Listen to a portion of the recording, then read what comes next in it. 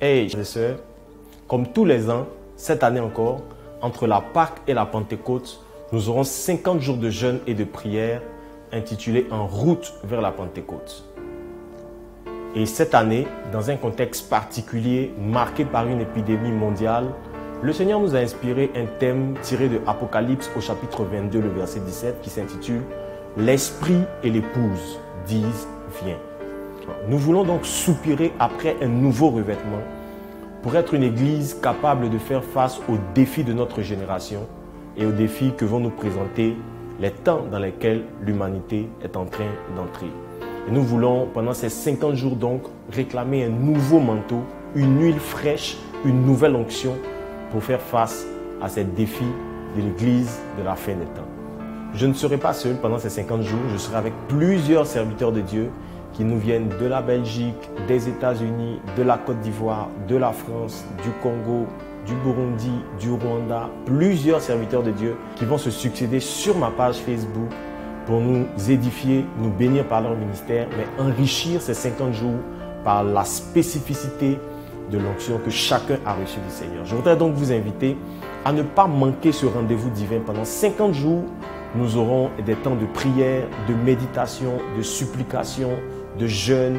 Nous aurons des temps intenses dans l'enseignement de la parole, dans la révélation profonde de la parole. Et pour vous joindre à nous, il vous suffit juste de cliquer sur le lien qui s'affiche au bas de la description. Vous serez regroupe WhatsApp. Là-bas, vous recevrez toutes les notifications qui concernent donc ces 50 jours de jeûne. Vous recevrez toutes les méditations et les sujets de prière hebdomadaires. Vous recevrez également toutes les déclarations quotidiennes de l'apôtre. Ça sera également pour vous l'occasion de communier avec tous les frères et toutes les sœurs qui se joignent à nous dans ce vaste mouvement, dans cette vaste révolution pendant ces 50 jours de jeûne et de prière. Je voudrais donc vous inviter à ne pas rater ces 7 semaines où vous allez être exposés à la parole et à la puissance de Dieu. Et je crois que Dieu va vous sortir et nous sortir de ces 7 semaines renouvelés, revêtus et transformés. Je vous y attends. Que Dieu vous bénisse. Bonsoir à tous ceux qui nous rejoignent. Ce soir donc je parle sur le thème « Le retour de la science apostolique dans l'Église ». Écris ça en commentaire et je démarre maintenant. Écris en commentaire « Le retour de la science apostolique dans l'Église ». Le retour de la science apostolique dans l'Église. Bonsoir à tous ceux qui nous ont rejoints. Permettez-moi de ne pas citer vos noms. Je vais aller très vite. Voilà, je vais commencer maintenant et je vais y aller pour que on puisse avoir le temps de partager les choses qu'on veut partager ce soir. Le retour, mets ça en commentaire rapidement, le retour de la science apostolique dans l'Église. Le retour de la science apostolique dans l'Église. Mets ça en commentaire rapidement avant que je lise les versets. Est-ce qu'on peut lire ensemble dans le livre de Luc au chapitre 6? Luc au chapitre 6. À partir du verset 12, Luc au chapitre 6, du verset 12 jusqu'au verset 16, je pense. Luc chapitre 6, verset 12. La Bible dit, en ce temps-là, Jésus se rendit sur la montagne pour prier et il passa toute la nuit à prier Dieu. Quand le jour parut, il appela ses disciples, il en choisit 12, auxquels il donna le nom d'apôtres, auxquels il donna le nom d'apôtres. Verset 14, Simon, qu'il nomma Pierre, André son frère, Jacques, Jean, Philippe, Barthélemy, Matthieu, Thomas, Jacques, fils d'Alphée, Simon appelé le Zélote, Jude, fils de Jacques, et Judas Iscariote qui devint traître. Luc chapitre 6, donc le verset 12. L'une des choses que vous devez remarquer dans Luc 6, 12, c'est que la Bible dit ceci au verset 13. Il dit, quand le jour parut, Jésus appela ses disciples, il en choisit 12. En d'autres termes, il n'avait pas 12 disciples, il en avait beaucoup plus. Si on peut faire un choix, c'est il y a de la variété, il y a de la multitude. Donc, si on peut choisir 12 parmi ses disciples, ça signifie que Jésus avait déjà plus de 12 disciples. Il choisit donc 12 parmi ses disciples, qui sont déjà ses disciples, et il en fait des apôtres. Il est important de faire la différence entre le fait que les apôtres n'étaient pas les 12 disciples de Jésus, parce que souvent on entend dire les gens, Jésus a eu 12 disciples, ensuite il a eu 70 disciples, ensuite il a eu 120 disciples. Ce n'est pas vrai. Jésus avait déjà plusieurs disciples et c'est parmi les disciples qu'il a choisi 12 et qu'il en a fait apôtres. La Bible est bien claire, je pense. La Bible dit quand le jour parut, il appela ses disciples, il en choisit 12. Ça veut dire qu'il y en a qui sont restés et il leur donna le nom d'apôtres. Et on cite parmi eux d'ailleurs, à partir du verset 14, ceux que Jésus a choisis pour les faire passer de simples disciples à apôtres. Est-ce que vous êtes bien avec moi? Ok. Allons-y ensemble dans Marc au chapitre 3. Marc au chapitre 3.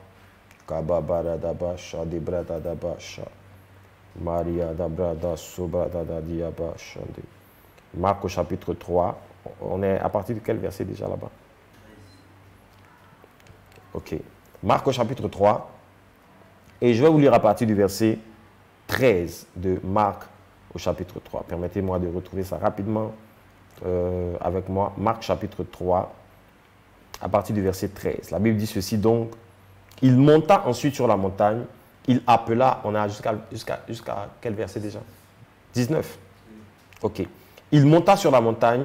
Il appela ce qu'il voulut, et il vint auprès de lui. Il en établit 12, ok, pour les avoir avec lui et pour les envoyer prêcher avec le pouvoir de chasser les démons. Voici les 12 qu'il établit. Simon, qu'il nomma Pierre, Jacques, fils de Zébédée, Jean, frère de Jacques, auquel il donna le nom de Boanerges, qui signifie fils du tonnerre, André, Philippe, Barthélemy, Matthieu, Thomas, Jacques, fils d'Alphée, Thaddée, Simon le Cananite et Judas Iscariote, celui qui livra Jésus. Donc ici, on est encore beaucoup plus clair. Quand la Bible dit il en établit 12, mais surtout il dit il monta sur la montagne, il appela ce qu'il voulut et il vint auprès de lui. Donc ça veut dire qu'il avait une foule de disciples déjà et il appela ce qu'il voulut établir apôtres.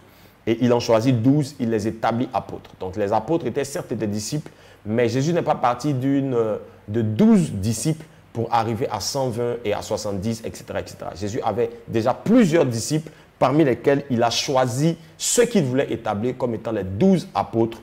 Et la Bible dit il les établit pour les avoir avec lui, premièrement, et pour les envoyer prêcher avec le pouvoir de chasser les démons. Il les envoie prêcher avec un pouvoir. Il les établit pour les avoir avec lui et il les envoie prêcher avec un pouvoir. Et il cite, voici donc les 12 qu'il établit, etc., etc., etc. Est-ce que vous êtes bien avec moi? Si tu es là, écris « Je suis là ». Si tu es bien là, écris « Je suis là, je suis là, je suis là ». Je vais vous lire tous mes versets de sorte que je puisse couler dans le message que j'ai à vous donner ce soir sans être interrompu par un verset biblique. 1 Corinthiens chapitre 12.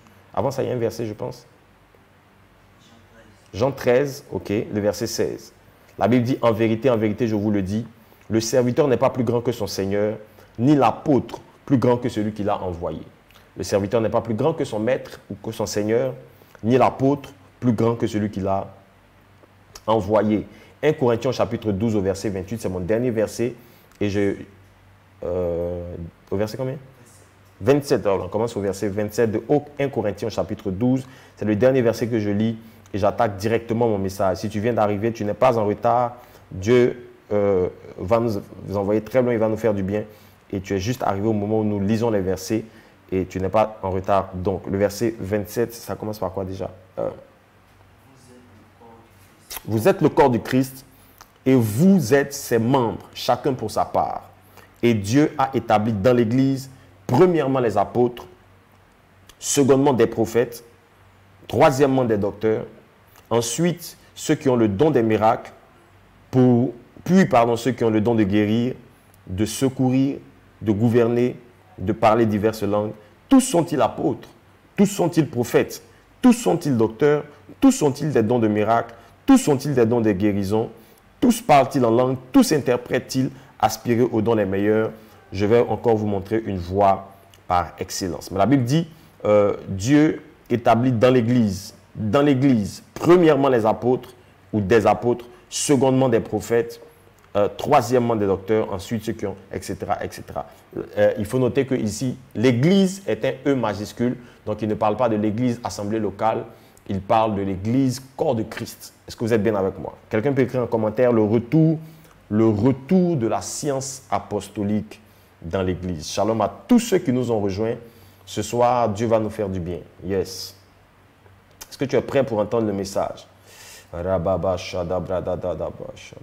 Est-ce qu'on peut y aller? Ok. Ok, je vois que c'est bon. Tout le monde est là. C'est bon. C'est bon. Ok. Ok. Ok, super. Super.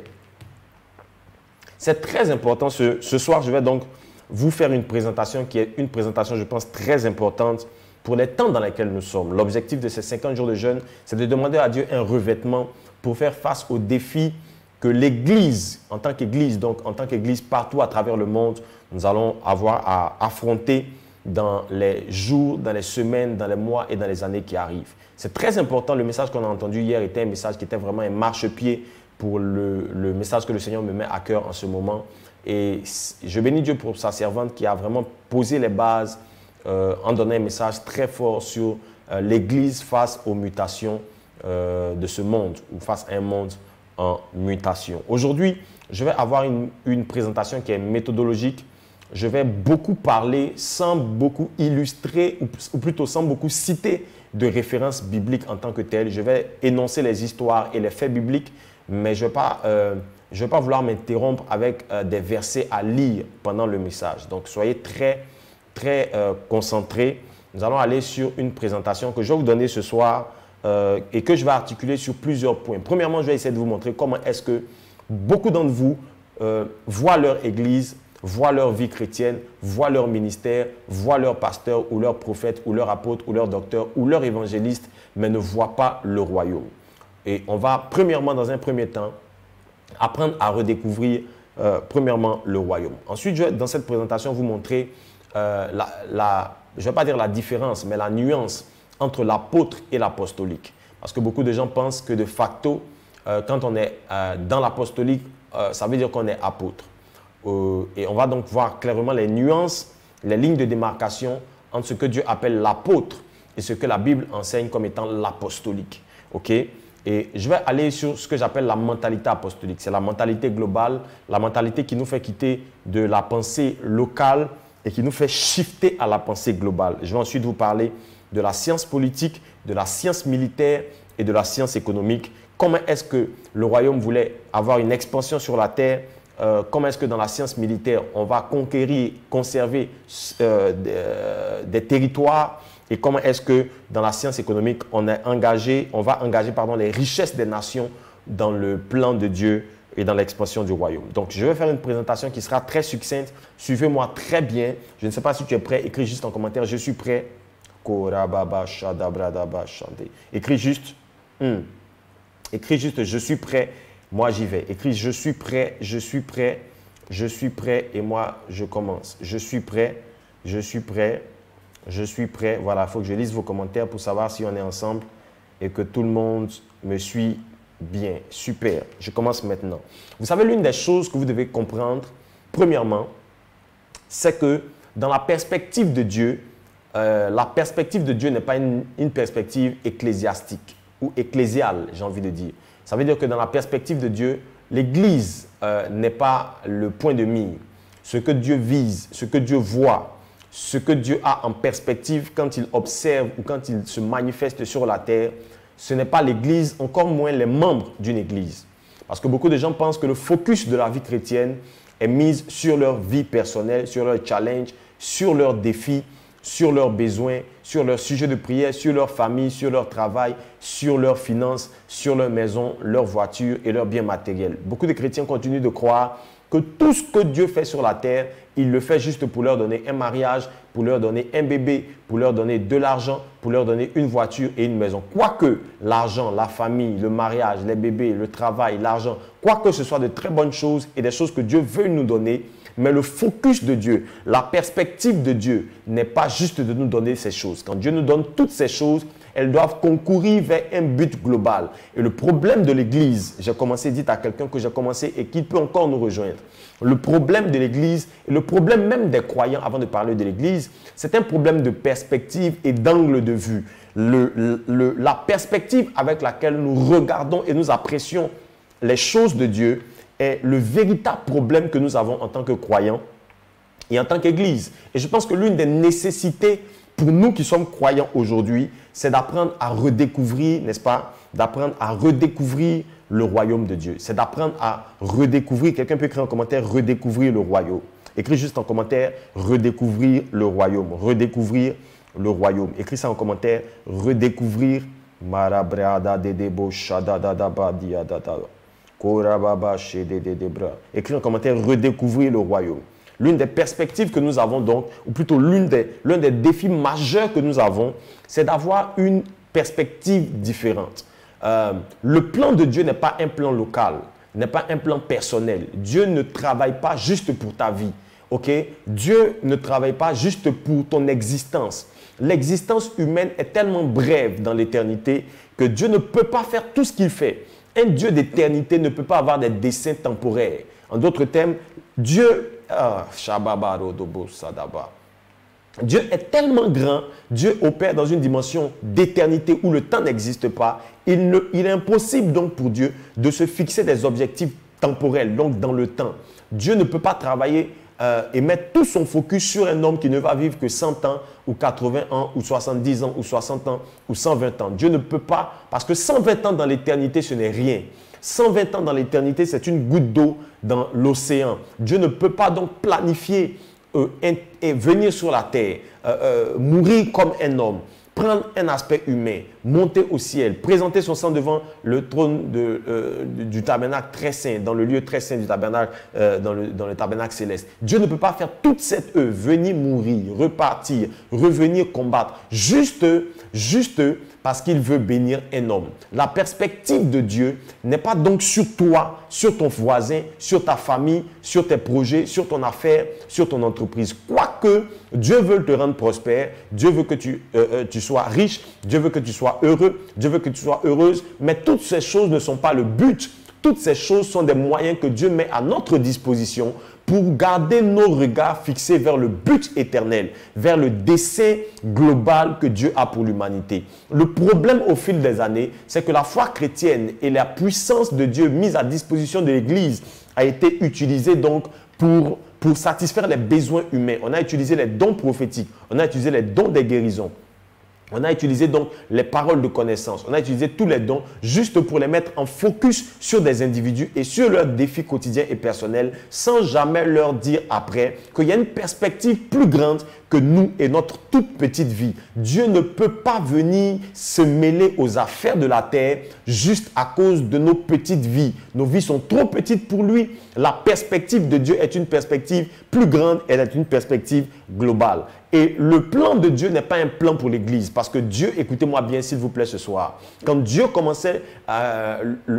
créait le monde à la Genèse, Dieu n'avait pas l'intention de bâtir une église. Je répète, quand Dieu créait le monde à la Genèse, Dieu n'avait nullement l'intention de bâtir une église, encore moins d'avoir des chrétiens. Ce dont Dieu avait l'intention, ce n'était tout sauf de bâtir une église et d'avoir des chrétiens. En d'autres termes, si Adam n'avait jamais échoué, l'église certainement n'aurait jamais existé.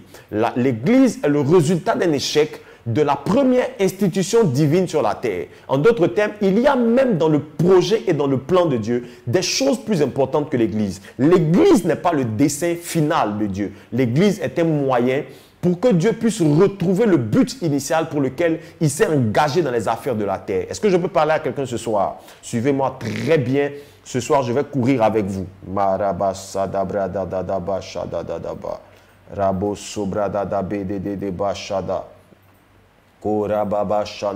Beaucoup d'entre nous donc doivent apprendre ce que Jésus a dit à Nicodème. Jésus a dit à Nicodème, il faut que tu naisses de nouveau. Car la nouvelle naissance n'était pas tout. Quand Jésus parlait à Nicodème, il lui explique qu'en fait, la nouvelle naissance n'est pas juste une nouvelle naissance pour toi. La nouvelle naissance, il précise, car aucun homme ne peut voir le royaume de Dieu s'il n'est né d'eau et d'esprit. En d'autres termes, la perspective dans laquelle Dieu a mené la nouvelle naissance et donc l'Église, ce n'était pas juste pour sauver des hommes. Le salut n'est pas le but final de Dieu sur la terre. Le salut des hommes est un moyen par lequel Dieu reconnecte l'humain au dessein éternel et au but qu'il a toujours eu avant même que l'homme ait besoin de salut. Je répète, Dieu n'a pas pour but final de sauver les hommes parce que le salut n'a pas toujours été une nécessité pour l'humanité. Adam a été créé et dans Genèse au chapitre 1, quand Dieu crée Adam, Adam n'a pas besoin de salut. Adam, avant qu'il ne chute dans le jardin d'Éden, n'a pas besoin de salut. En d'autres termes, Dieu n'a pas créé l'homme pour le sauver. De la même façon, personne ne met son enfant au monde pour le soigner ou pour le pour soigner ses maladies ou pour soigner ses plaies. Parce que quand on met un enfant au monde, le désir qu'on a, ce n'est pas qu'il tombe malade. On le met au monde pour accomplir un but, pour remplir une destinée, pour atteindre des objectifs. Et c'est quand l'enfant tombe malade que guérir ou soigner l'enfant devient une priorité temporaire.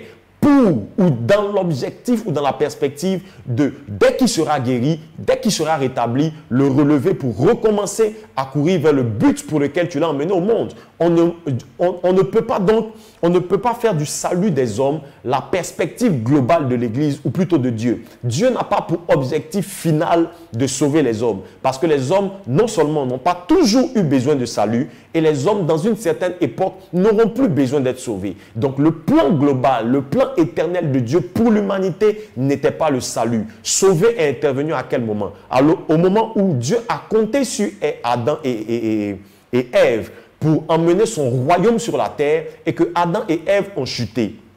La chute d'Adam et Ève a fait que le salut est redevenu, ou plutôt est devenu une priorité temporaire. Il fallait, puisque Dieu voulait emmener son royaume sur la terre à travers Adam et Ève, il fallait donc que Dieu relève Adam et Ève qui ont chuté. Et c'est pour ça qu'à partir de Genèse au chapitre 3, Dieu va commencer ce qu'on appelle le plan du salut. Le plan du salut n'a pas commencé dans Genèse, ou plutôt n'a pas commencé dans le Nouveau Testament. Le plan du salut a commencé dès Genèse au chapitre 3. La Bible dit quand tu chutes, il va parler au serpent, il va parler à la femme, il va parler à Adam, il va les habiller d'un habit de peau. De peau qui symbolisait déjà le sacrifice qu'on fait pour couvrir la nudité, donc le péché de l'homme. Et dès cet instant, il va commencer ce qu'on appelle le plan du salut de l'humanité qui va se matérialiser par la venue, la mort et la résurrection de Jésus à la croix du Calvaire. Écoutez-moi bien s'il vous plaît. Donc, entre Genèse 1 où Dieu a fait Adam et l'instant où Adam a chuté, Adam n'avait pas besoin d'être sauvé. Adam était sur la terre pour un but. Et si vous ne remettez pas en perspective, écoutez-moi bien s'il vous plaît, je vais vite parce que j'ai beaucoup de choses à vous dire. Si vous ne remettez pas en perspective le plan éternel que Dieu avait quand il commençait son œuvre sur la terre, vous allez continuer à croire que Dieu est un Dieu qui travaille pour l'Église, Dieu est un Dieu qui travaille pour ma famille, Dieu est un Dieu qui travaille pour ma santé, Dieu est un Dieu qui travaille pour mon bien-être, pour ma bénédiction, et vous allez rater de vue la perspective globale. Jésus, je répète, dit à Nicodème que tu es né de nouveau, tu dois naître de nouveau, mais quand on naît de nouveau, c'est en vue de pouvoir être capable de voir le royaume de Dieu. Il dit, si un homme ne naît d'eau et d'esprit, il ne peut pas voir le royaume. En d'autres termes, Jésus n'allait jamais passer par la nouvelle naissance si un autre moyen pouvait permettre à l'homme de voir le royaume. C'est la raison pour la... Alors, est-ce que c'est bon pour tout le monde? La raison pour laquelle d'ailleurs Dieu a utilisé la nouvelle naissance, c'est parce que la nouvelle naissance pouvait permettre à l'homme de voir de nouveau le royaume. Ok? Donc Jésus dit en fait, si je fais passer l'humanité par la nouvelle naissance, c'est parce que j'ai en perspective et en pensée globale, c'est de faire en sorte que ces hommes soient capables de nouveau de voir le royaume. Quelqu'un peut écrire avec moi? Voir le royaume, voir le royaume, voir le royaume.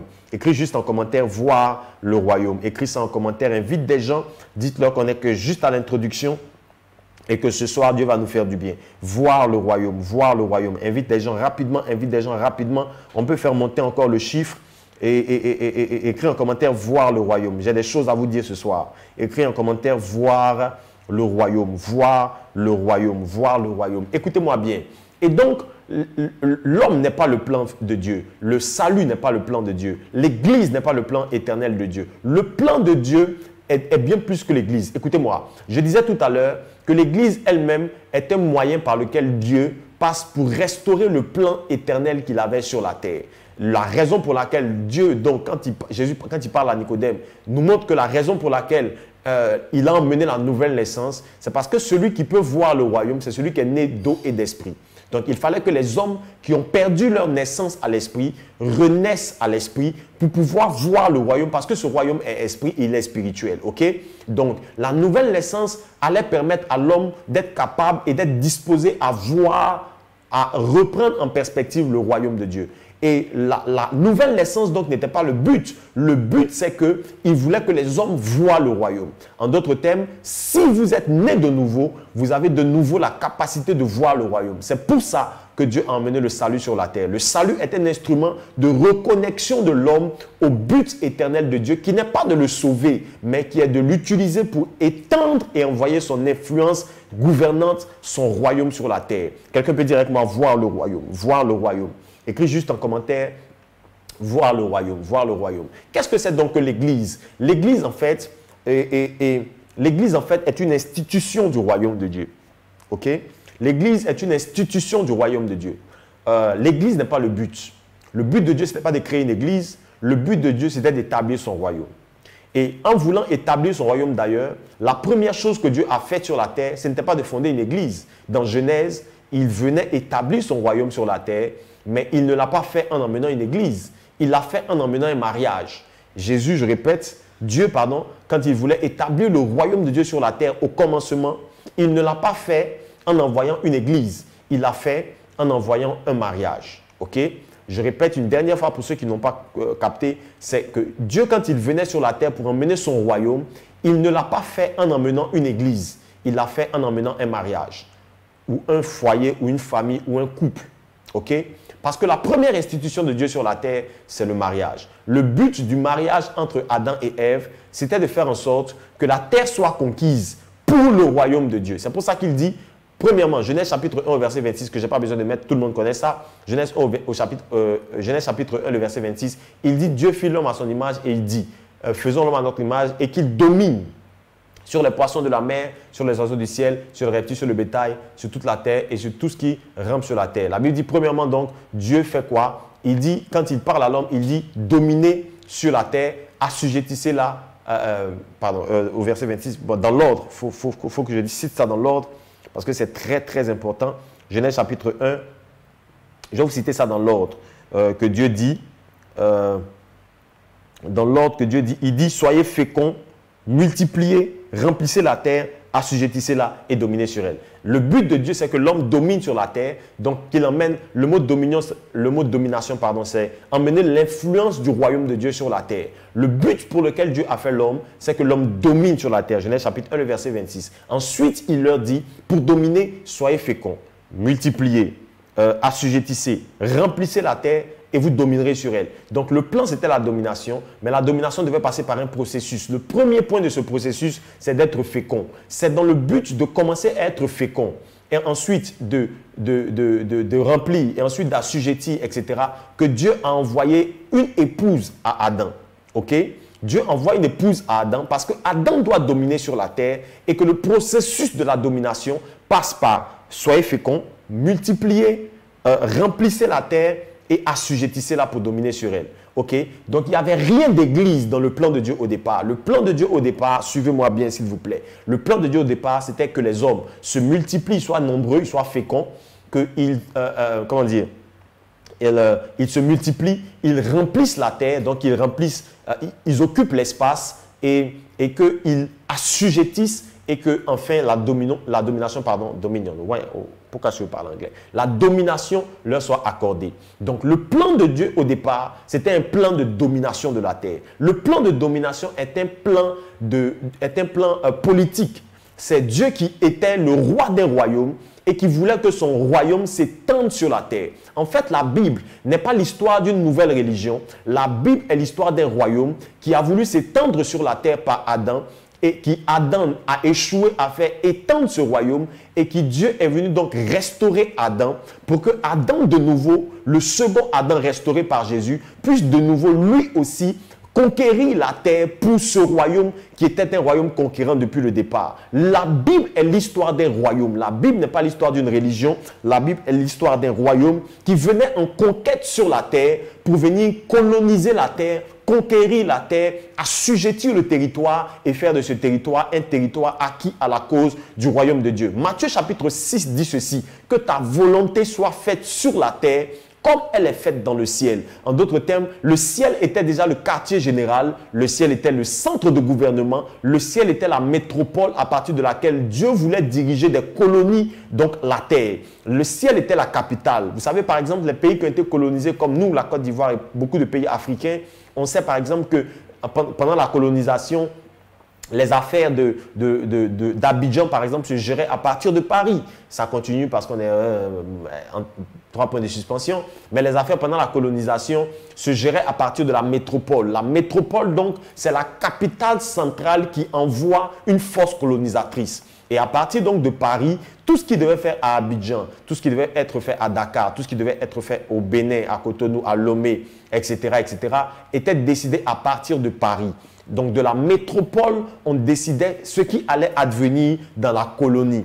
Là, le ciel et la terre sont 2 territoires. Genèse chapitre 1, au verset 1 dit « Au commencement, Dieu créa le ciel et la terre. » 2 territoires. Le premier territoire, les cieux, c'est là où Dieu a établi son quartier général. Je vous ai dit le lundi que Dieu était dans le premier ciel et que dans l'atmosphère de la présence de Dieu, il a établi son trône, il règne à partir de là. Et à partir de là, il voulait diriger les affaires de la terre. Il va donc créer la terre comme un 2e territoire, mais sur lequel le roi des rois ne peut pas régner lui-même. Il est obligé d'envoyer un administrateur pour administrer ce territoire pour le compte de son royaume qui a pour métropole les cieux. Quand Dieu envoie l'homme sur la terre, c'était dans le but de faire de l'homme un colonisateur. L'homme devait donc, qui avait vu Dieu, l'homme qui connaissait les choses de l'esprit, l'homme qui connaissait Dieu, qui marchait avec lui, qui parlait avec lui dans le jardin, devait donc reproduire le ciel sur la terre.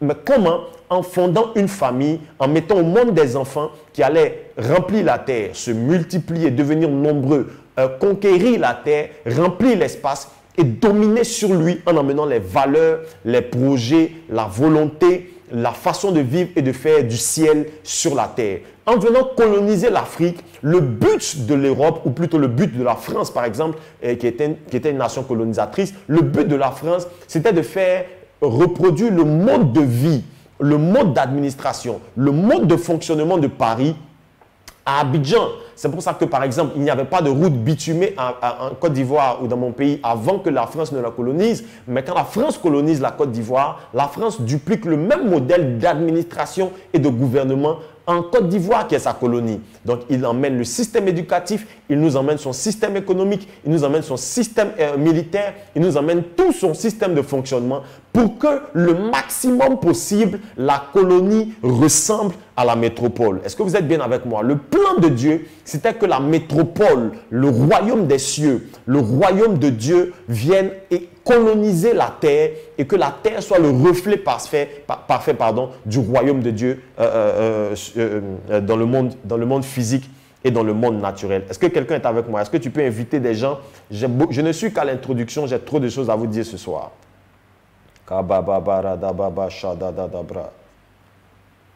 Ce que Dieu donc fait, c'est que Dieu va fonder une famille.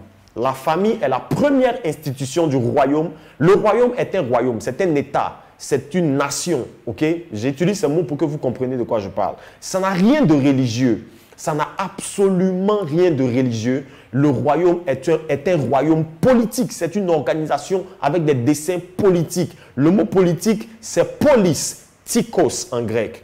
Polis, tikos, c'est la science qui s'occupe de gérer la cité. Polis, c'est cité. C'est pour ça que jusqu'à aujourd'hui, des villes comme Indianapolis, Minnesota Police, je ne sais pas comment ça se dit, voilà, des villes comme ça ont gardé l'expression police. Le mot police en grec, ça vient de cité, ça vient de ville. Donc, tikos, c'est une science. Donc, la police tikos, qui donne politique en français, c'est la science qui s'occupe d'administrer ou de gérer la ville ou gérer le territoire. C'est l'administration territoriale. Ce que Dieu venait faire sur la terre, ce n'était tout sauf de la religion. C'était de l'administration territoriale. C'était de la politique. Quelqu'un peut écrire avec moi la politique. Écris ça bien s'il te plaît. Ce que Dieu venait faire sur la terre, c'était de la politique, c'était de l'administration territoriale. Dieu avait fait un premier territoire, les cieux. Il régnait sur ce territoire, il régnait sans partage. C'est pour ça que lorsque Lucifer et ses anges se sont rebellés dans les cieux, c'était un territoire où on règne sans partage, il appartient à Dieu. Paf, il a maté la rébellion, il l'a jeté hors du territoire. Mais il y avait un autre territoire, c'était la terre, que Dieu voulait conquérir et il voulait occuper complètement. Il voulait emmener son influence royale sur ce territoire. Et donc, il va faire ce qu'on appelle de la politicos, de la politique, de l'administration du territoire, en emmenant un administrateur, un intendant, un gestionnaire, c'est-à-dire Adam, pour venir emmener l'influence du ciel sur la terre. Est-ce que vous êtes bien avec moi? Est-ce que vous êtes bien avec moi? Et pour le faire, Dieu va faire quoi? Dieu va établir, première institution, c'est la famille. Quand Dieu crée la famille, le but de la famille, c'est de faire des enfants, d'éduquer ses enfants, donc de leur transmettre les valeurs que Adam avait, la connaissance de Dieu qu'Adam avait, l'éducation spirituelle, les connaissances spirituelles qu'Adam avait, il devait les transmettre à ses enfants. Et au fur et à mesure qu'il allait devenir nombreux, c'est pour ça qu'il dit soyez féconds, donc faites des enfants. Ensuite, vous allez vous multiplier. Plus vous faites des enfants, on va arriver à la multiplication parce qu'en fait, 1 plus 1 fait 2. Mais, enfin, même dans le couple, 1 plus 1 ne fait pas 1 parce que 1 plus 1, pardon, qu'est-ce que je répète? Dans le couple, 1 plus 1 ne fait pas 2 en fait. Dans le couple, 1 plus 1 fait 1. Donc, quand un homme va avec une femme, vous avez un enfant. OK? Donc, 1 plus 1 devait faire 1. 1 plus 1 encore, allait ajouter, ça allait faire 2. Mais arrivé un moment, quand ils allaient devenir 5, 10 enfants, et que les enfants allaient eux également avoir des épouses et avoir des enfants, on allait passer du stade d'addition au stade de multiplication. Donc, on allait devenir de plus en plus nombreux. Plus on est nombreux, plus on sera nombreux. OK? Donc, il dit, soyez féconds, faites des enfants, mais ensuite, multipliez. Quand vous multipliez, vous passez ensuite à l'étape de remplir. Remplir, c'est occuper l'espace. Parce que la terre avait été créée, le monde a été créé tel que nous le connaissons et tel qu'il a été découvert. Donc, Adam était placé dans une toute petite partie du monde. Et d'ailleurs, Éden, quand on situe géographiquement Éden, parce que Éden, le jardin, on peut le situer géographiquement. Le jardin que Dieu a fait, généralement quand on entend l'expression jardin, on pense qu'il s'agit d'un petit coin de maison, donc un petit jardin en face de la terrasse d'une petite maison. Non, le jardin, c'était un jardin à cause de la qualité de l'espace dans lequel il vivait. Donc la vitalité qu'il avait dans cet espace, c'était un territoire. Le jardin, ce n'était pas un petit espace comme ça, là où vous plantez vos courgettes, là où vous plantez vos fleurs. Non, ce n'est pas ça. Le jardin, c'était un territoire, un vaste territoire. Si vous prenez Genèse que la servante de Dieu, grâce sur lequel elle a prêché, vous allez voir qu'on donne les limites du jardin d'Éden. Ça partait du Proche-Orient, ça descendait jusqu'au sud du Nil, donc jusqu'au sud de l'Égypte. Et ça bordait comme ça, ok? Ça partait jusqu'en Mésopotamie. Et c'était vraiment tout l'espace. C'était un vaste territoire. Mais en plus de ce territoire qui existe encore, donc l'Égypte existe, la Turquie existe, le Proche-Orient existe, l'Éthiopie existe encore aujourd'hui. En tout ce vaste territoire dans lequel Dieu dépose Adam, il y avait encore tous les territoires qui n'étaient pas encore découverts. Donc l'Amérique, il y avait le sud subsahárien de l'Afrique, il y avait l'Europe, il y avait l'Est, donc avec l'Inde, la Chine et tout le reste. Donc il y avait toute la terre qui restait encore à remplir. Dieu dit, quand vous allez vous multiplier, remplissez. Dans le remplissez, il y a un implicite. Quelqu'un peut dire remplissez. Dans le mot remplissez, il y a quelque chose d'implicite. C'est que Dieu était en train de leur dire, vous êtes ici dans ce territoire, mais si vous devez remplir toute la terre, comment vous faites? Certains d'entre vous, quand vous allez devenir nombreux, certains d'entre vous devront quitter ce territoire et migrer vers d'autres territoires étrangers qui ne sont pas encore occupés. Est-ce que vous êtes bien avec moi? Quand Dieu dit remplissez la terre, ça veut dire que Dieu veut que les hommes, quand Adam, ils vont devenir nombreux, Dieu veut qu'ils bougent. Dieu veut qu'ils se déplacent. Dieu veut qu'ils aillent à la conquête des nouveaux ou des territoires qui ne sont pas encore habités. C'est pour ça qu'il dit, soyez féconds, multipliez. Plus vous devenez nombreux, pensez maintenant à remplir. Quittez l'endroit où je vous ai planté, quittez le jardin. Certains d'entre vous seront appelés à quitter ce jardin et aller vers l'Est, aller vers l'Ouest, aller vers le Nord, aller vers le Sud, aller vers etc. etc. Beaucoup d'entre nous n'ont pas compris que le plan de Dieu est dans le mouvement. Je vais vous parler de ça tout à l'heure. Le plan de Dieu est dans le mouvement.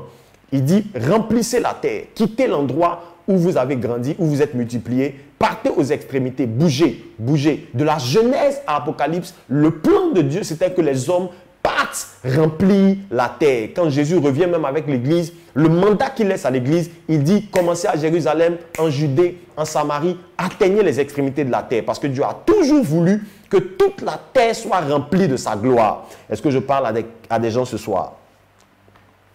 Il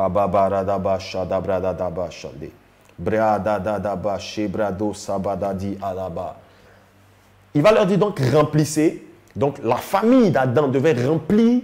Adam devait se reproduire en espèce pure. Adam et Ève devaient se connaître, ils connaissaient Dieu, ils n'étaient pas souillés, ils allaient faire des enfants qui ne sont pas souillés, les enfants allaient faire des enfants qui ne sont pas souillés, et une race pure, sans péché, allait remplir la terre. C'était ça le dessein de Dieu. Ok? Alors, Adam va chuter, et dès qu'Adam chute, la famille est corrompue. Vous allez voir qu'aujourd'hui, l'un des défis mondiaux, l'un des défis les plus difficiles à régler au monde, c'est les défis familiaux. La famille est désintégrée. Il y a aujourd'hui des mères sans époux, donc des mères célibataires. Il y a même des mariages entre hommes et hommes. Donc, l'une des choses la plus dénaturée aujourd'hui, c'est le mariage. Pourquoi? Parce que le mariage était le plan originel ou le moyen originel que Dieu voulait utiliser pour influencer la terre et emmener son royaume sur la terre. Et quand Dieu se rend compte que non seulement Adam a souillé sa vie, mais Adam a détruit l'institution du mariage, qu'est-ce que Dieu va faire? Je vous épargne certains détails. Qu'est-ce que Dieu va faire? Il va donc emmener l'Église. L'Église est un mariage. L'Église est une famille. L'Église est un foyer. L'Église est le mariage entre Jésus et des hommes qui ont cru en lui. C'est une alliance également. L'Église, c'est un mariage avec Jésus l'époux. Il va emmener donc un mariage spirituel entre Jésus et ceux qui auront cru en lui. Ils vont fonder une famille. C'est parce que nous fondons une famille spirituelle, comme Adam fondait une famille physique. C'est pour ça que vous et moi, nous sommes appelés frères en Christ. Parce qu'en réalité, nous sommes les frères d'une même famille. Comme Adam devait avoir une famille et dont les enfants allaient être des frères naturels. Mais vous et moi, nous sommes des frères en Christ. Pourquoi en Christ? Parce que nous, l'épouse, nous avons épousé, notre mère, l'Église, a épousé Jésus, l'époux, et du mariage des deux est sorti des enfants que nous sommes, et nous sommes tous donc des frères à cause de Jésus.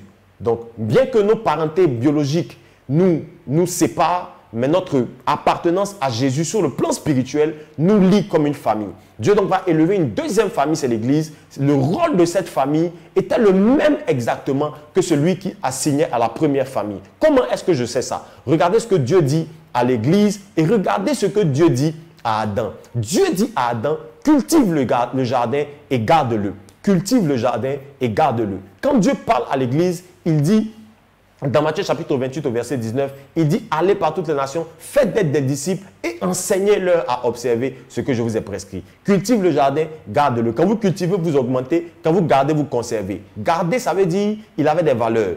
Il avait une expérience. Il connaissait Dieu. Il devait transmettre ce qu'il avait. Donc, Adam avait quelque chose à garder. Adam connaissait, elle a si bien dit le dimanche, Adam connaissait Dieu. Adam avait une relation avec Dieu. Adam donc devait faire quoi? Il devait transmettre, faire en sorte que cette intimité avec Dieu, cette connaissance de Dieu soit gardée. Et pour garder ça, il devait la transmettre à ses enfants. Ok? Quand il dit garde le jardin, ça veut dire que la présence de Dieu que toi et moi on a entretenue, la relation que toi et moi on a, garde cette relation en la transmettant à tes enfants. C'est la même chose qu'il dit à l'Église. Comment est-ce que l'Église garde? L'Église garde en enseignant ce que je vous ai prescrit. Ok? Donc, quand vous connaissez Dieu, la responsabilité de l'Église, c'est d'enseigner à ceux qui se convertissent pour qu'eux aussi connaissent Dieu. Et Adam aussi avait une responsabilité, c'était de mettre des enfants au monde. Plus il y avait d'enfants qui étaient mis au monde, plus ils étaient féconds, plus donc on pouvait transmettre les valeurs du royaume à ses enfants, la vie de Dieu à ses enfants, et eux pouvaient donc aller aux extrémités de la terre pour aller la conquérir.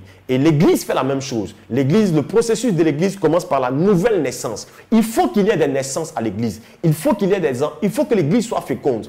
Il faut que l'épouse de Jésus sur la terre soit féconde. Il faut qu'elle produise des enfants, que ces enfants se multiplient. C'est pour ça que je n'ai jamais cru au fait que Dieu ait appelé l'Église à avoir 5 membres, 10 membres. Je crois que Dieu nous a appelés à avoir une influence globale à travers le monde et à travers les nations. Des milliers de gens et des millions de gens doivent être sauvés par nos différents ministères. L'Église, ce n'est pas juste des petits coins de maison ou des petits coins de quartier. L'Église, dans la pensée de Dieu, c'est qu'il faut que cette femme qui est venue remplacer Ève soit une femme féconde. Il faut qu'elle enfante beaucoup d'enfants.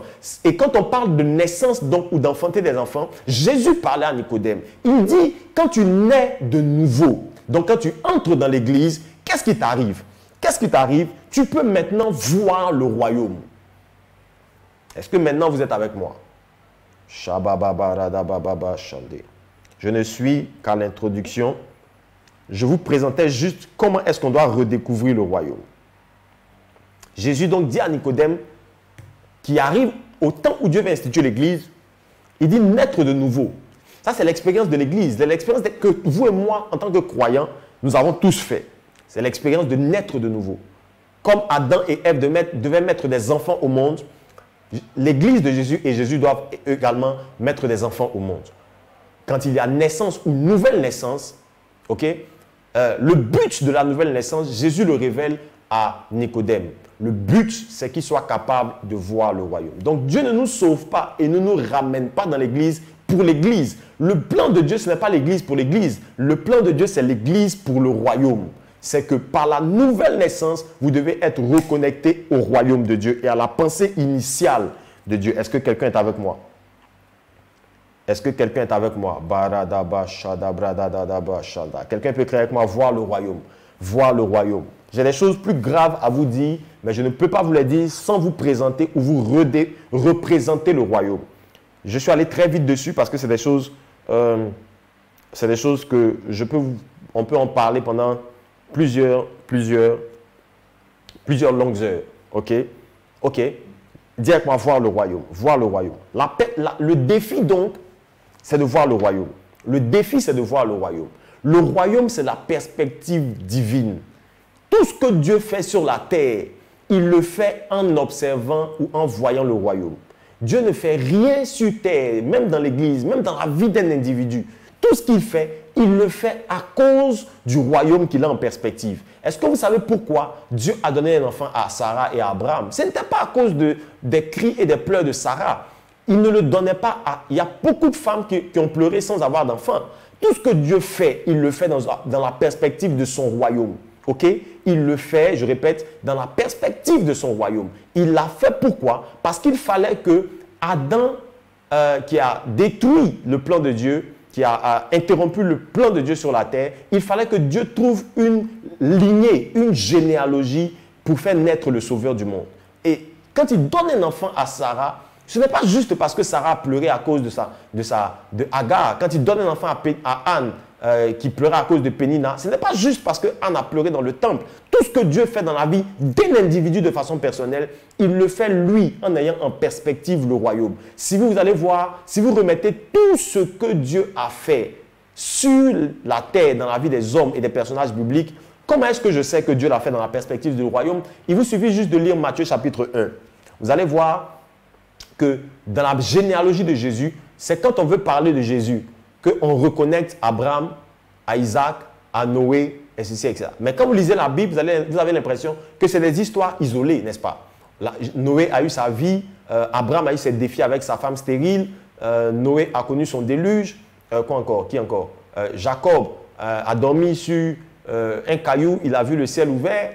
Donc, on peut prendre ces histoires comme des histoires de vie individuelle. Mais en réalité, quand vous lisez Matthieu chapitre 1, Matthieu 1 nous révèle qu'en fait, tout ça, c'était une seule lignée qui conduisait vers un but, vers Christ qui devait venir pour ramener le royaume. La domination, selon Ésaïe au chapitre 9 au verset 5, qui veut dire le royaume, quand Jésus revenait, un enfant nous est né, un fils nous est donné, et la domination reposera sur ses épaules. En d'autres termes, Jésus venait pourquoi? Il ne venait pas juste pour le salut des hommes. Jésus venait parce que la domination, le royaume devait être restauré. Jésus venait restaurer son royaume sur la terre.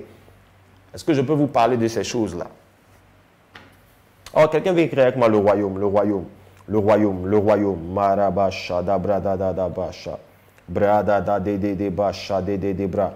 Tout ce que Dieu fait donc, il le fait dans la perspective, du royaume. Tout ce que Dieu fait, je répète, il le fait dans la perspective du royaume. Continue d'inviter des gens. Continue d'inviter des gens. Yes, continue d'inviter des gens. Maintenant, je vais entrer dans l'appendice. OK? Qu'est-ce que c'est donc? Pourquoi est-ce que donc je veux vous parler du retour de la science apostolique dans l'Église? Qu'est-ce que c'est qu'un apôtre? Qu'est-ce que c'est qu'un apôtre? Qu'est-ce que c'est que l'apostolique? Il y a une différence, je ne peux pas avoir la prétention en 30, 20 minutes ou 1 heure. je ne peux pas avoir la prétention de vous dire tout ce qu'on pourrait dire au sujet de l'apôtre et de l'apostolique, mais je vais m'efforcer par le Saint-Esprit à vous dire ce qui est nécessaire. Qu'est-ce que c'est qu'un apôtre et qu'est-ce que c'est l'apostolique?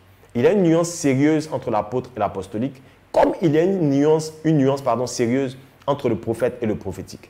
Comme il y a une nuance sérieuse entre le pasteur et le pastoral, comme il y a une nuance sérieuse entre l'évangéliste et l'évangélique.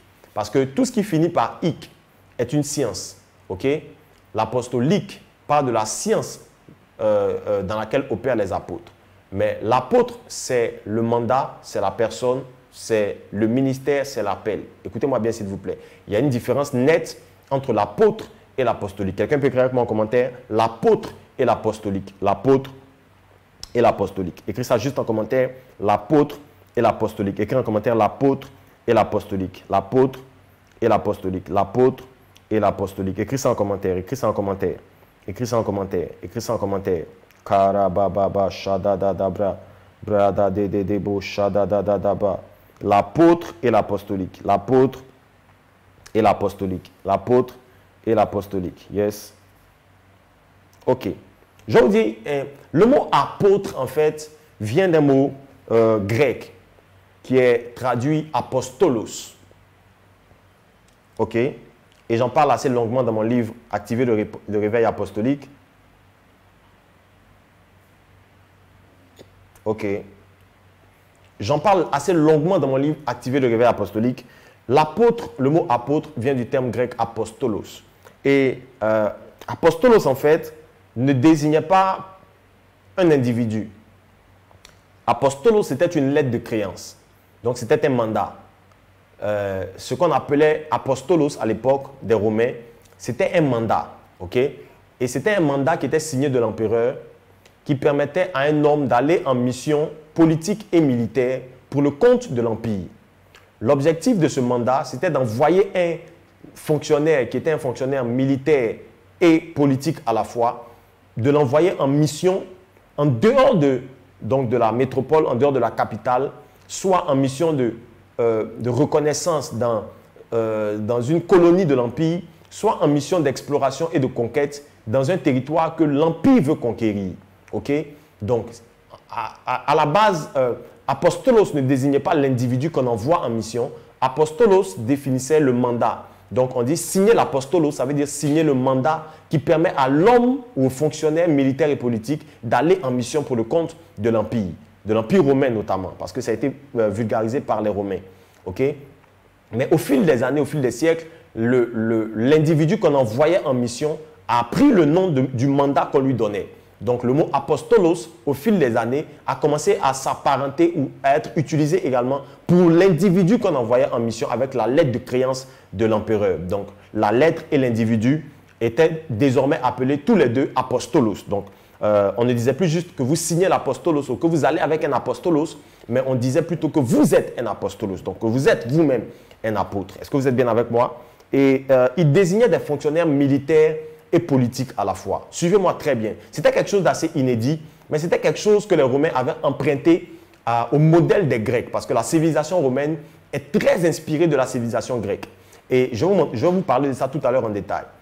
C'était un modèle qui avait été jamais utilisé avant, parce qu'avant que les Grecs n'utilisent ce modèle de fonctionnaires militaires et politiques, jamais avant, il y avait des militaires qui faisaient en même temps de la politique. Ils étaient soit militaires et soit politiques. Okay? Donc, il n'y avait pas de fonction administrative légale ou légitime dans aucun royaume à part la Grèce et repris après par les Romains. Il n'y avait aucun empire qui donnait une fonction à la fois de politicien et de militaire. Les Grecs l'ont inventé, je vais vous en parler tout à l'heure, et j'en parle d'ailleurs dans l'un de mes prochains livres qui s'appelle Le réveil des stratèges. J'en parle très longuement dans l'un de mes prochains livres qui s'intitule Le réveil des stratèges. Donc, les apostolos étaient donc des individus qu'on envoyait en mission pour le compte du royaume. Leur but ou leur fonction, c'était des gens qui connaissaient les stratégies de guerre, mais c'était des gens également qui partaient en mission pour coloniser pour l'Empire romain. L'Empire romain, vous le savez, a été certainement le plus grand empire colonisateur à travers le monde et à travers les siècles. C'était des gens qui savaient s'adapter aux cultures. Donc, les Romains sont venus coloniser jusqu'en Afrique, parce qu'il faut savoir que les Romains sont arrivés jusqu'au nord de l'Afrique avec des villes comme Cyrène. Ils sont arrivés dans le Proche-Orient. ils sont arrivés jusqu'aux frontières de l'Asie. Donc, il y a eu un empire de l'Est carrément dans l'Empire romain à une certaine époque. Donc, c'était vraiment un empire colonisateur où les apostolos ont joué un grand rôle dans la colonisation et dans la conquête des territoires pour les ajouter à l'Empire romain. L'Empire romain, à une certaine époque, avait quasiment occupé tout ce qu'on appelait la terre habitée. Donc, tous les territoires qui étaient connus à cette époque étaient presque tous passés sous la domination romaine. Pourquoi? Parce qu'en dessous d'un système politique ou économique très bien affûté, ils avaient un système de colonisation qui était soutenu par les apostolos. Donc, l'empire croissait, le royaume s'agrandissait. Pourquoi? Parce qu'il y avait une sérieuse politique militaire et de conquête qui était mise en place et soutenue par les apostolos. Le but de tout royaume, l'objectif final de tous les royaumes, c'est de s'étendre. Je vais vous parler de ça tout à l'heure. Mais les apostolos, donc, c'était des gens qui savaient contourner les hostilités. Parce que quand vous arrivez dans un pays ou dans un territoire étranger, il y avait des hostilités, il y avait parfois des oppositions militaires, des oppositions armées, il y avait des oppositions, des rébellions, etc. Les apostolos savaient faire la guerre, ils savaient organiser la guerre, ils savaient se battre, ils savaient défendre les intérêts de l'Empire romain. Donc, ils savaient gérer tout ce qui était hostilité, rébellion. Ils savaient également gérer tout ce qui était choc culturel. Parce que quitter Rome et aller coloniser, par exemple, l'Empire byzantin, il y avait des chocs culturels. Donc, il y avait des choses qui ne fonctionnaient pas bien à cause de la culture différente que ces deux peuples avaient. Mais les apostolos savaient trouver la juste mesure pour les adaptations culturelles, pour qu'il n'y ait pas de choc à l'imposition de la culture romaine. Et pour preuve, la culture romaine s'est infiltrée dans toutes les nations de son empire assez aisément. Le système des routes, par exemple, les routes bitumées en pavé, telles qu'on les connaît aujourd'hui, vient de l'Empire romain. Le système de de l'organisation militaire, telle qu'on la connaît aujourd'hui, est né de l'Empire romain, avec les colonels, généraux, etc. C'est né de l'Empire romain, qui a beaucoup inspiré aussi de l'Empire grec. Presque tout ce qu'on voit, les vêtements, la mode, le culinaire, on doit en fait à l'Empire romain les prémices de la globalisation du monde. Parce que ça a été le premier empire qui a réussi, en même temps qu'ils imposaient leur hégémonie sur un territoire, ils ont réussi à faire passer leur culture et à détruire les chocs culturels à chaque fois qu'ils arrivaient dans un nouveau territoire. Écoutez-moi bien, je parle ce soir sur la science apostolique. Ceux qui n'aiment pas ça peuvent se déconnecter tranquillement. Ceux qui aiment ça seront servis. Dieu va nous faire du bien. Écoutez-moi bien. Écoutez-moi bien. Les apostolos donc étaient des conquérants, c'était des colons, c'était des envoyés. Ils préparaient les grandes avancées dans les territoires que l'Empire romain voulait conquérir. Ils sont allés jusqu'à des endroits très reculés du monde. Parfois, vous allez voir que l'Empire romain a même flirté aux portes du royaume de Chine à l'époque, de l'Empire chinois à l'époque. Et ils ont été parmi les premiers à emprunter les routes de l'Est, parmi les premiers empires de l'époque des Babyloniens, des Perses et des Grecs. Ils ont été les premiers à emprunter, à s'enfoncer dans les routes de l'Est. Donc, aller jusqu'aux portes de l'Empire de Chine. Ils ont allé jusqu'en Inde. Ils ont frappé ils ont vraiment creusé dans des territoires les plus reculés. Ils ont creusé dans les territoires les plus reculés. Ils ont allé jusqu'au fin fond. Et les apôtres, c'était comme des pionniers. Ils défrichaient des champs. Ils perçaient des territoires où l'Empire n'était jamais allé. Ils avaient toujours une soif d'aller explorer de nouvelles contrées, percer de nouveaux champs. Ils avaient leur mission colonisatrice. Ils implantaient des administrations romaines. Ils veillaient à ce que ces administrations-là grandissent.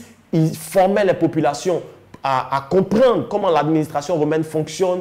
Donc, c'était vraiment des gens qui étaient essentiels au fonctionnement de l'Empire romain et à son développement. Par exemple, quand les Occidentaux viennent coloniser l'Afrique, ils installent leur administration et ils forment les Africains en mettant on avait au début des colonisations, on avait des professeurs français en Côte d'Ivoire, on avait beaucoup de professeurs français, on avait des directeurs français et ils ont appris aux gens de la Côte d'Ivoire, aux Ivoiriens donc, à faire fonctionner l'administration sous le modèle de la colonie, plutôt de la métropole. Donc, c'est exactement le travail que faisaient les apostolos. C'était un travail tellement important que l'Empire romain ne cessait pas de grandir. Il cassait les systèmes qui contrôlaient les territoires qui étaient opposés donc, à l'Empire romain.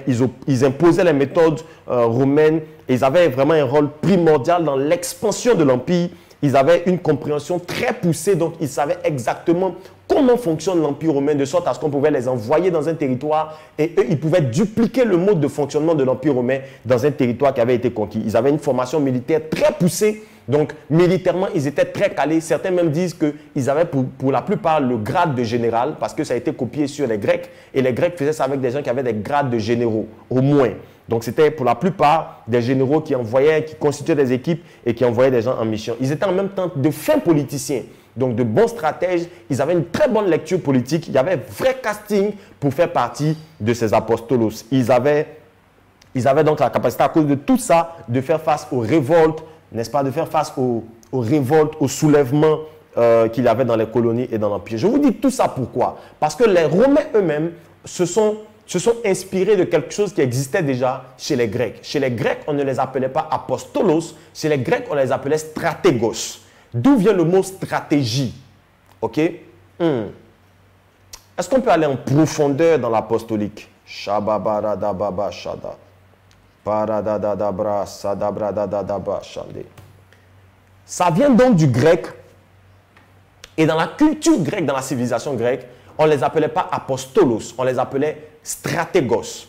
D'où le mot français stratège. Et je vous ai dit tout à l'heure, j'en parle assez largement dans mon prochain livre qui s'intitule Le réveil des stratèges. Okay?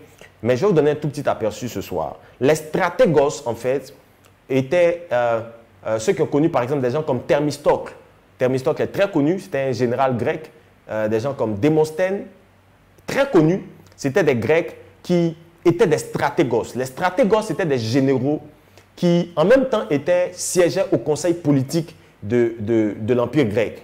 Donc, les stratégos, c'était comme un conseil politique et militaire qui gérait tout ce qui était conquête, tout ce qui était défense du territoire, tout ce qui était des questions militaires.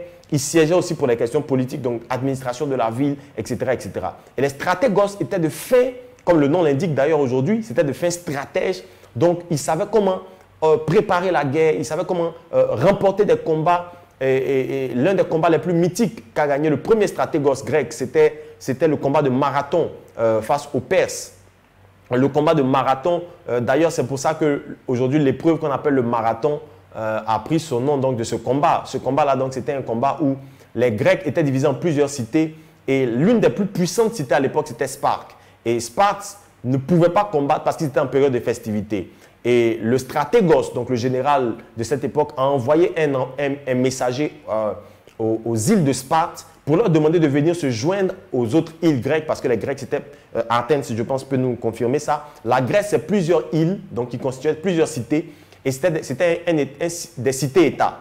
Donc, c'était plusieurs cités qui constituaient un État. Okay? La Macédoine, Sparte, Athènes et tout le reste. Donc, ils ont demandé avec un messager envoyé chez les Spartes, qui était une armée très puissante. Ceux qui ont lu, ou plutôt ceux qui ont vu le film Les 700, ont vu l'armée de Sparte. C'était une armée très puissante, très puissante. Et ils vont donc envoyer un messager, et ce messager va courir, parce qu'à l'époque, il n'y avait pas de moyens de déplacement rapide. Le messager qu'on envoyait faisait des jours à pied. Il était censé courir avec le flambeau. Enfin, pas le flambeau, mais avec le message qu'il devait transmettre à l'île de Sparte. Donc, il a couru depuis la ville qui porte le nom de Marathon. Il a couru depuis la ville de Marathon où devait avoir lieu le combat jusqu'à l'île de Sparte. Et c'est de là qu'est venue l'épreuve, le marathon. C'est pour ça qu'aujourd'hui, les athlètes courent avec des flambeaux, etc., etc. Donc, le combat de Marathon a été un combat mémorial. Les Spartes n'ont pas pu se joindre parce qu'ils étaient en festivité. Mais le stratège donc, de cette époque a été confronté à une force armée plus puissante que l'armée grecque. Mais il a dû inventer une stratégie, donc un stratagème pour engloutir l'armée perse et pour remporter le combat de Marathon qui était un combat décisif. Donc, les Grecs utilisaient déjà cette stratégie, mais les Grecs étaient un empire qui était moins colonisateur que ne l'a été l'Empire romain. La différence entre les Grecs et les Romains, c'est que les Romains ont utilisé les apostolos pour conquérir des territoires aux extrémités de la terre, alors que les Grecs les ont juste utilisés pour gagner des combats. Donc, c'était juste des stratèges qui définissaient des stratégies de guerre, qui réfléchissaient à comment est-ce qu'on allait défendre les frontières du pays sans vraiment attaquer pour conquérir des territoires.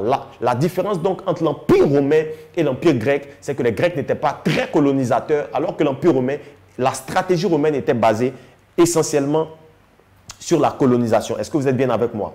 Est-ce que je vous garde avec moi? Est-ce que je peux y aller? Caraba. Quelqu'un peut créer avec moi stratégos, stratégos, stratégos. Il y a plus de 6000 îles. Si, il y a plus de 6000 îles en Grèce et il n'y a que 200 qui sont habitées. Super, merci mon fils. Écris en commentaire stratégos, stratégos.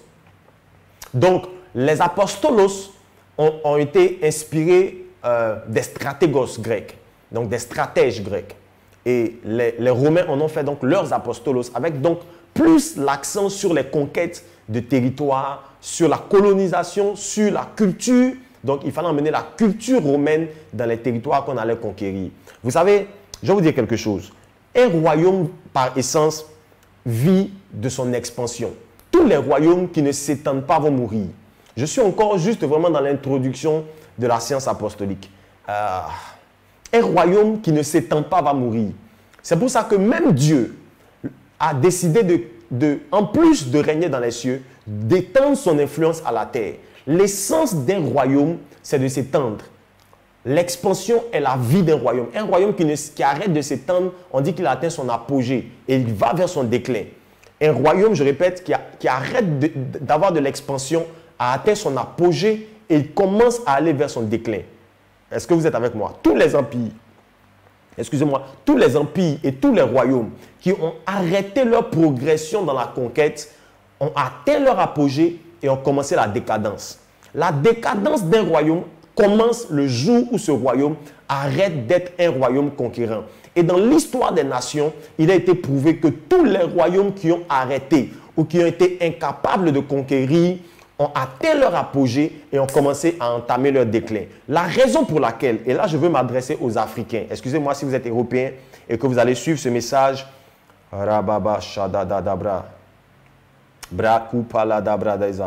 excusez-moi si vous êtes Européens que vous allez suivre ce message, je n'ai aucune haine contre les Européens, mais je veux m'adresser spécialement aux Africains. Écoutez-moi bien s'il vous plaît. L'une des raisons pour lesquelles l'Afrique, ou plutôt l'Afrique n'est pas devenue un grand continent, ça date de très longtemps. L'une des raisons pour lesquelles l'Afrique n'est pas devenue un grand continent, et je disais que le problème, c'est que si l'Afrique était sortie, les gens qui l'ont envahi n'allaient jamais l'envahir. Parce qu'un royaume qui ne sort pas aller conquérir va être envahi. Le problème de l'Afrique, c'est que son empire le plus puissant, c'est-à-dire l'empire égyptien était un empire noir. Ce n'était pas l'Égypte telle qu'on la connaît aujourd'hui, avec des mulâtres, des blancs, voilà. C'était pas, même le nord de l'Afrique n'était pas peuplé de blancs. La raison pour laquelle vous allez voir que c'est le nord de l'Afrique qui est peuplé de blancs, c'était des Perses, c'était des Romains, c'était des gens qui sont venus s'installer lorsque l'Empire romain, après l'Empire perse, l'Empire romain a colonisé le nord de l'Afrique après avoir conquis, après que les Perses aient conquis l'Égypte, après que Babylone ait conquis l'Égypte et les Perses ensuite.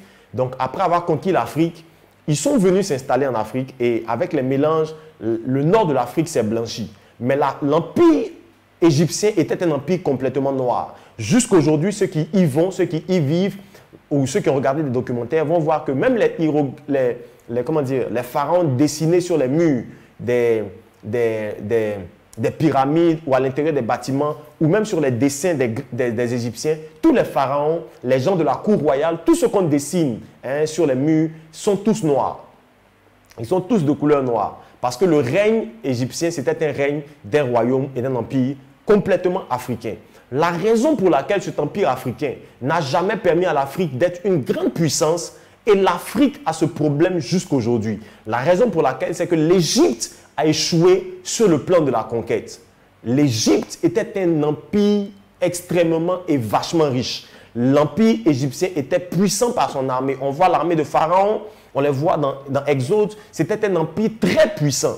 Le problème de l'Égypte, c'est que l'Égypte n'a jamais pu devenir un royaume conquérant ou colonisateur. Jamais. La chute de l'Égypte a commencé dans une bataille qu'on appelle la bataille de Carchemish. La bataille de Carchemish, c'était dans un territoire vers la Turquie, donc avec l'empire de Babylone. Donc les seules expansions que l'Égypte a pu faire, c'était juste au nord, donc avec l'actuel Israël, l'actuelle Palestine, pardon. Donc l'empire égyptien, avec le canal de Suez, il y avait un passage avec le canal de Suez, il y avait un passage à pied. Donc l'empire égyptien remontait un tout petit peu vers l'empire assyrien. C'était juste ça. Et les Assyriens même gardaient leur autonomie et ils étaient des alliés des Égyptiens. Donc l'Égypte était un empire fermé qui n'a jamais colonisé un tout petit territoire autour d'eux. L'Égypte même n'a jamais colonisé l'Éthiopie juste en dessous. L'Égypte n'est jamais entrée dans l'Afrique subsaharienne. Est-ce que vous voyez la position de l'Égypte? Ils n'ont jamais envoyé des explorateurs découvrir quel territoire il y avait même à l'ouest. Donc vers le Niger, le Nigeria, le Mali, la Mauritanie. Ils n'ont jamais, ne serait-ce qu'envoyé des explorateurs aller découvrir des territoires à l'intérieur même de l'Afrique. Donc l'Égypte était un empire puissant qui prospérait, mais qui prospérait sur lui-même. Et quand l'Égypte a commencé à être menacée par Babylone, quand Babylone a affaibli l'empire assyrien, l'Égypte a donc allé voler au secours de son allié assyrien avec la bataille de Carchemish. C'est à Carchemish que Babylone, avec Nebuchadnezzar II, va renverser l'Égypte. Lorsque l'Égypte est renversée, suivez-moi bien s'il vous plaît, lorsque l'Égypte est renversée, l'Égypte est affaiblie parce qu'il a emmené une très forte armée militaire dans un territoire qui était très éloigné. Ils ont quitté donc l'Égypte et ils sont retrouvés en bataille donc en Turquie. Ils ont perdu un grand nombre de soldats, ça a affermi l'armée égyptienne et les Babyloniens plus tard sont montés sur l'Égypte qui était dépourvue de soldats parce qu'ils en avaient perdu trop dans une bataille trop lointaine. L'empire égyptien a entamé son déclin dès lors que Babylone a colonisé l'Égypte. La raison pour laquelle l'Afrique noire n'a jamais été une grande puissance mondiale, c'est parce qu'on n'a jamais été des conquérants. On n'est jamais sorti de l'Afrique.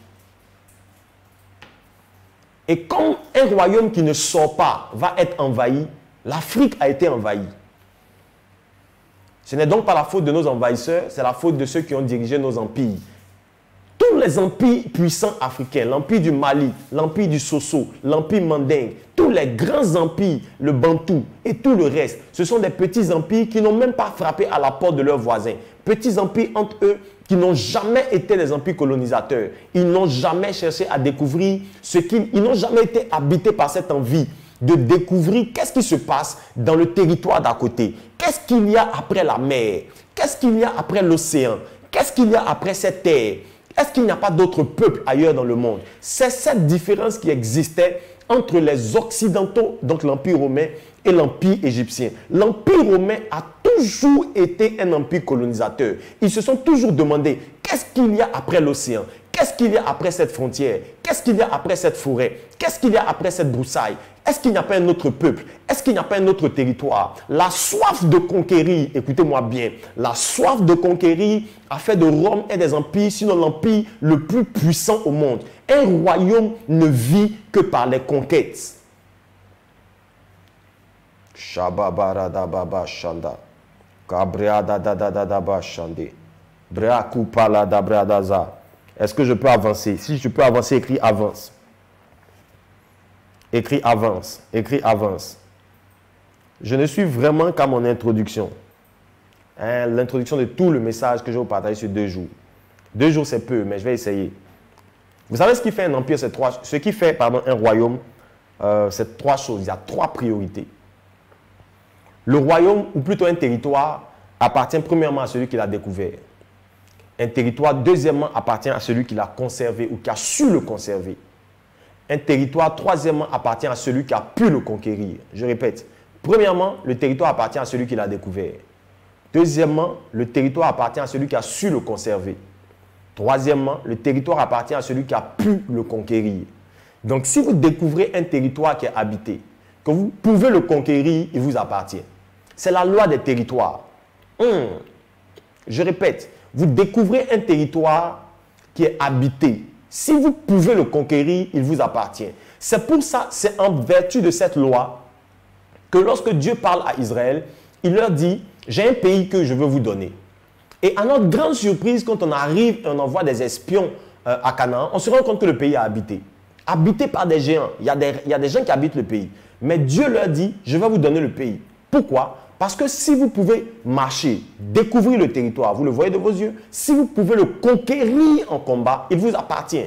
La loi des territoires, c'est premièrement qu'il appartient à celui qui l'a découvert. Deuxièmement, il appartient à celui qui sait le conserver. Parce que si vous avez un territoire et que vous êtes incapable de le conserver, il ne vous appartiendra plus. Donc, découverte, conservation et conquête. Ce sont les trois lois fondamentales d'un territoire. Les lois territoriales fondamentales, c'est la découverte, c'est la conservation et c'est la conquête. Si vous êtes incapable de conserver un territoire, d'en découvrir d'autres et de conquérir ce que vous découvrez, le royaume ne va pas vivre longtemps. Mais si vous êtes un royaume qui conserve son territoire uniquement, vous allez finir par le perdre. Si vous n'allez pas en conquête, celui qui n'avance pas va finir par reculer. Le principe d'un royaume, c'est que le royaume doit être un royaume colonisateur. Et le royaume de Dieu sur la terre avait une idée de base, c'était la colonisation. Alors, est-ce que je peux vous parler ce soir? La pensée fondamentale qui était dans le cœur de Dieu, ce qui a fait que Dieu a quitté son confort au ciel. Dieu était confortable, écoutez-moi bien, il n'y a rien qui faisait que Dieu devait venir sur terre. Il n'y a rien qui devait pousser Dieu à sortir de son cadre où il est adoré. Quand Jean voit l'adoration au ciel, les gens sont prosternés devant lui. Qu'est-ce que Dieu vient chercher encore sur la terre? Pourquoi est-ce que Dieu vient encore et il veut conquérir un autre territoire? Qu'est-ce qui pousse Dieu à quitter l'endroit où il y a la gloire, où il y a sa vie, où il y a sa présence, où il est magnifié, où les gens chantent pour lui, etc. Pourquoi Dieu quitte et il veut venir sur la terre pour bâtir son royaume sur la terre? Pourquoi? Parce que l'essence d'un royaume, c'est la conquête, c'est la découverte de nouveaux territoires et c'est s'établir en s'étendant dans d'autres territoires. Si un royaume ne fait pas ça, ce royaume-là est un royaume qui est voué à la mort. Écoutez-moi bien, s'il vous plaît. L'esprit de Dieu, la pensée de Dieu, la mentalité dans laquelle Dieu est venu sur terre, on appelle cette mentalité, c'est la mentalité du royaume. C'est la pensée globale. Et cette pensée globale, écoutez-moi bien s'il vous plaît, cette pensée globale a été la base et l'origine de l'établissement du ministère des apôtres. C'est pour ça que, en voulant établir des gens, Jésus a observé parmi ses disciples. Maintenant, je rentre. Jésus a observé parmi ses disciples. J'ai bien noté tout à l'heure que Jésus avait déjà plusieurs disciples. Il observe parmi ses disciples et il en choisit 12. 12, premièrement, parce que c'est le chiffre du fondement et de l'établissement. Ça veut dire qu'il voulait bâtir un royaume. Le royaume éternel dans Apocalypse 21 et 22 a 12 portes et 12 fondements. 12, c'est le symbole d'un royaume. Il en choisit 12 parce que le but pour lequel il choisit ces hommes, c'est pour restaurer sa pensée de royaume et de conquête sur la terre. Il observe quels sont parmi mes disciples, ceux qui ont cette mentalité globale. Écoutez-moi s'il vous plaît. Quels sont parmi mes disciples ceux qui ont cette pensée, après les avoir observés, vivre avec moi? Il observe bien Matthieu, il observe Jean, il observe ceci, il observe cela. Et il voit parmi eux ceux qui ont la mentalité, la pensée et avec qui il peut aller en conquête pour le royaume. Il les choisit, premièrement, la Bible dit dans Marc 3, pour les avoir avec lui et ensuite pour les envoyer. Ok? Je n'ai pas le temps de vous dire tout ça. Il les envoie, il les appelle pour les avoir avec lui, premièrement, et deuxièmement pour les envoyer. Parce que le ministère apostolique ne commence pas dans l'envoi. Le ministère apostolique commence par Dieu veut vous avoir avec lui. Ça commence par l'avoir, ça ne commence pas par l'envoi. Ok? Dieu veut vous avoir avant de vous envoyer. Il les établit dans Marc 3 pour les avoir. Hein? Les apôtres sont des gens qui connaissent Dieu, qui ont expérimenté Dieu. C'est pour ça que Paul a dit, et ça a été très mal interprété, Paul a dit, je suis moi aussi apôtre parce que j'ai vu le Seigneur. Parce que le fondement du ministère apostolique, ce n'est pas d'être envoyé, c'est d'avoir connu Dieu, c'est de l'avoir vu. Ok? Donc, Paul est en train de dire, je connais Dieu aussi, donc je peux être apôtre. Le critère fondamental, c'est que ceux qui ont été établis apôtres pour la première fois ont été avec lui et ensuite, il les a envoyés. Ok?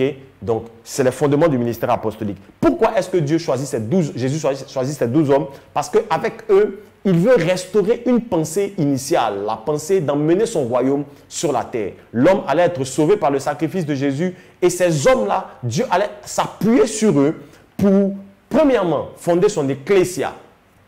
Ok? Je ne vais pas revenir sur ecclésia, tout le monde connaît ça. Fonder son église, donc son assemblée gouvernementale avec laquelle il allait diriger les affaires du royaume de Dieu sur la terre.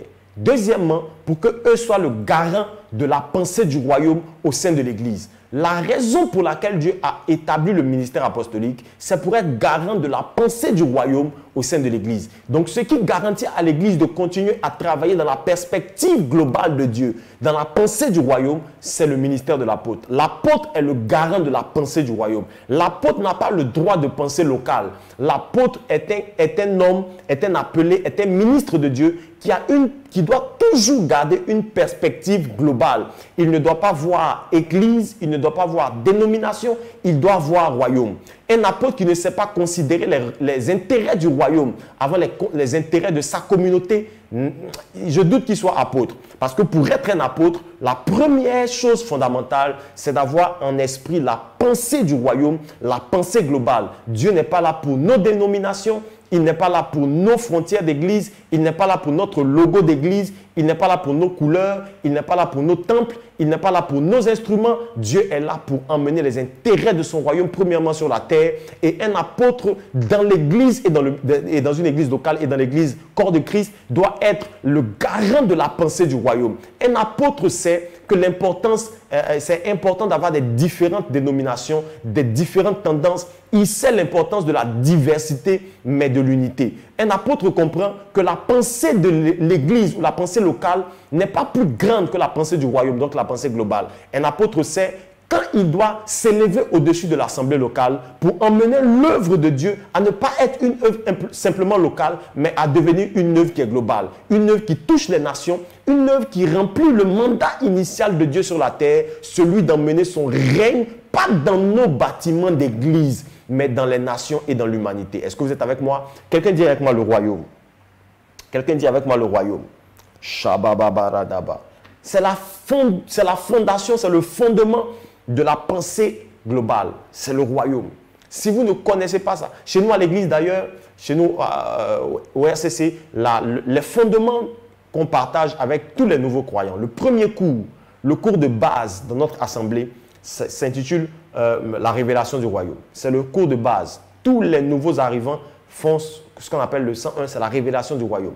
La première chose sur laquelle il faut ouvrir les yeux aux chrétiens, c'est la perspective du royaume. On est de nouveau pour voir le royaume. Ceux qui ne voient pas le royaume voient leur maison, voient leur intérêt, voient leur église. Et combien d'assemblées, combien de chrétiens, combien de serviteurs de Dieu que nous sommes, ne voyons plus le royaume.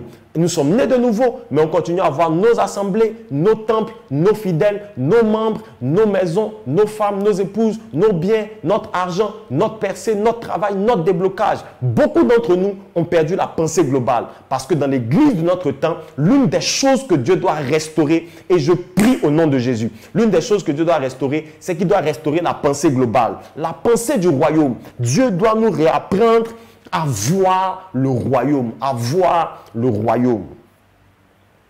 Oh my God, my God, my God, my God, my God. Shabara da da da ba shanda.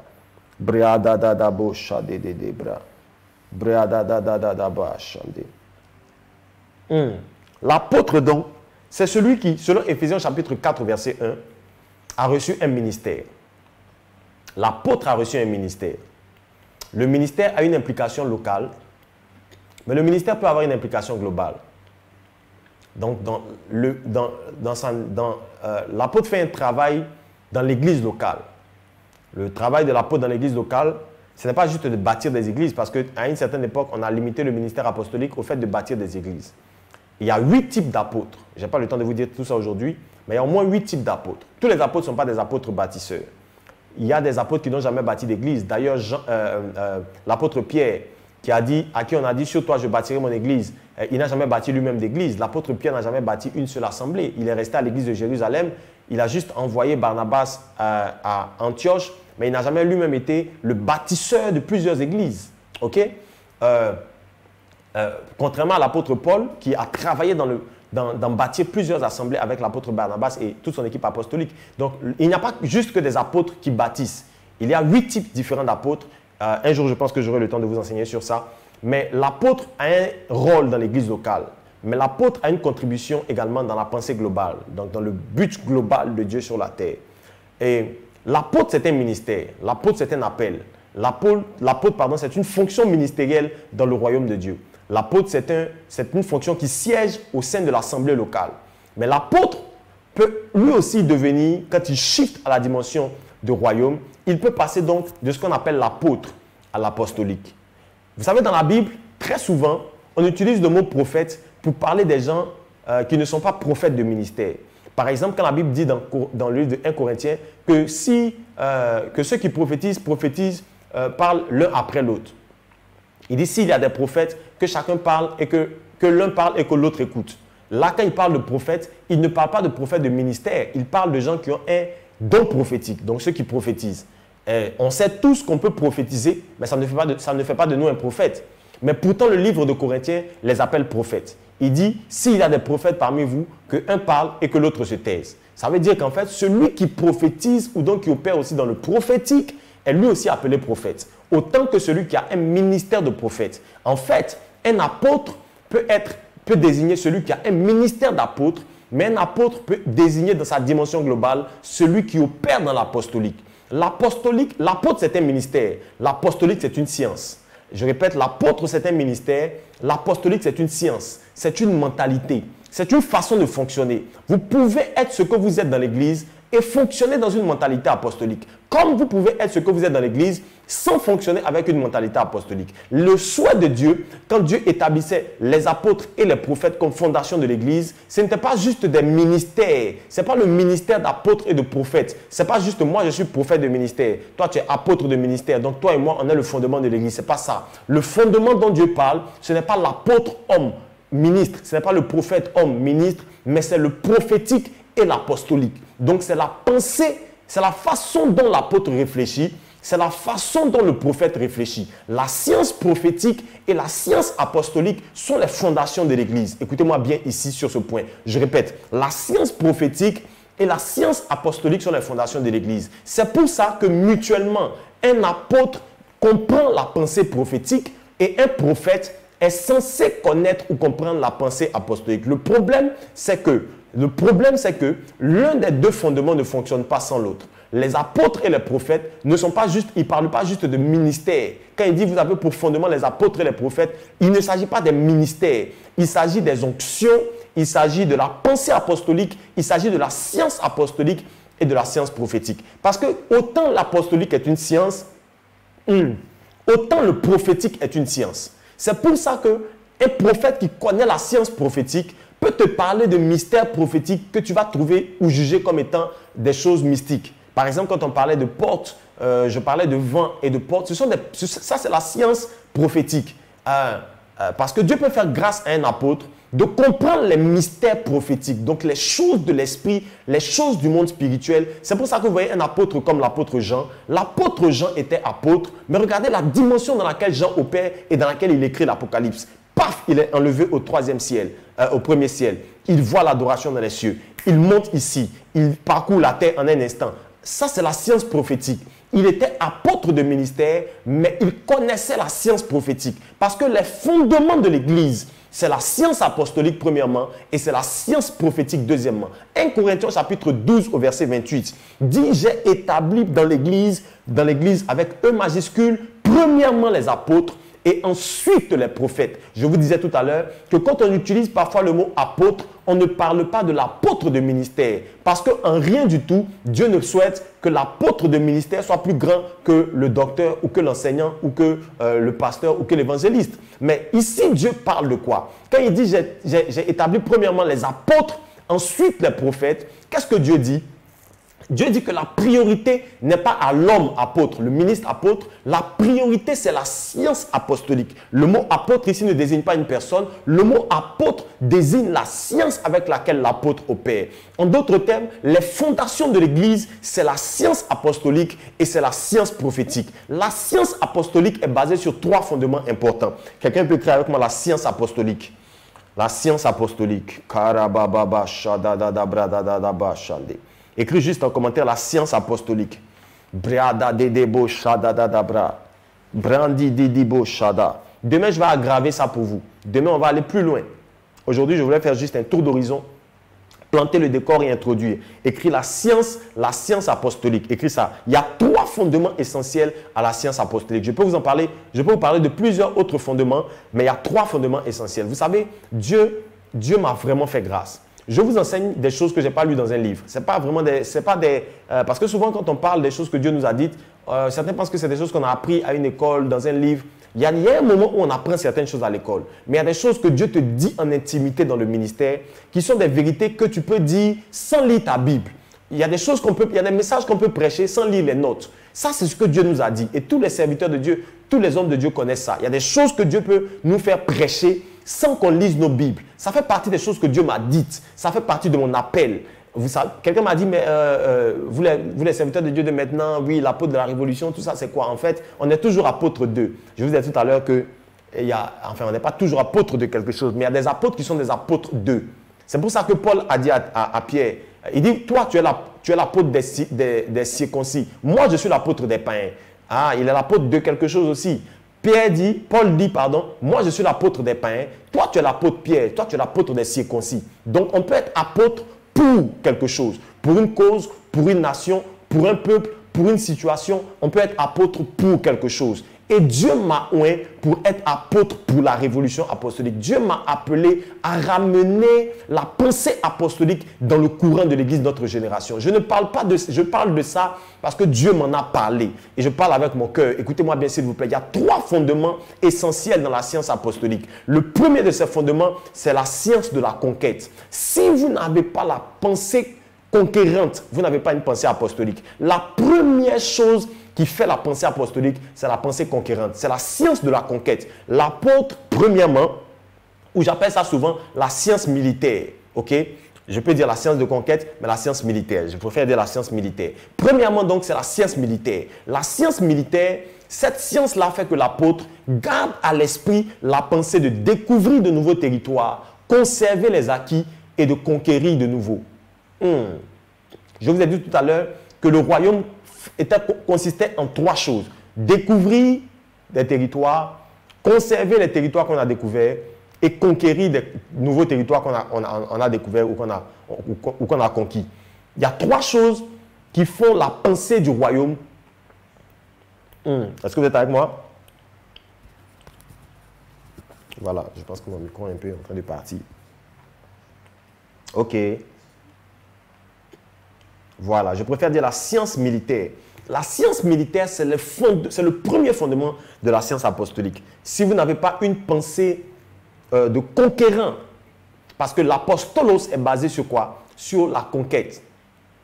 La conquête militaire. Quelqu'un peut écrire la conquête. La conquête.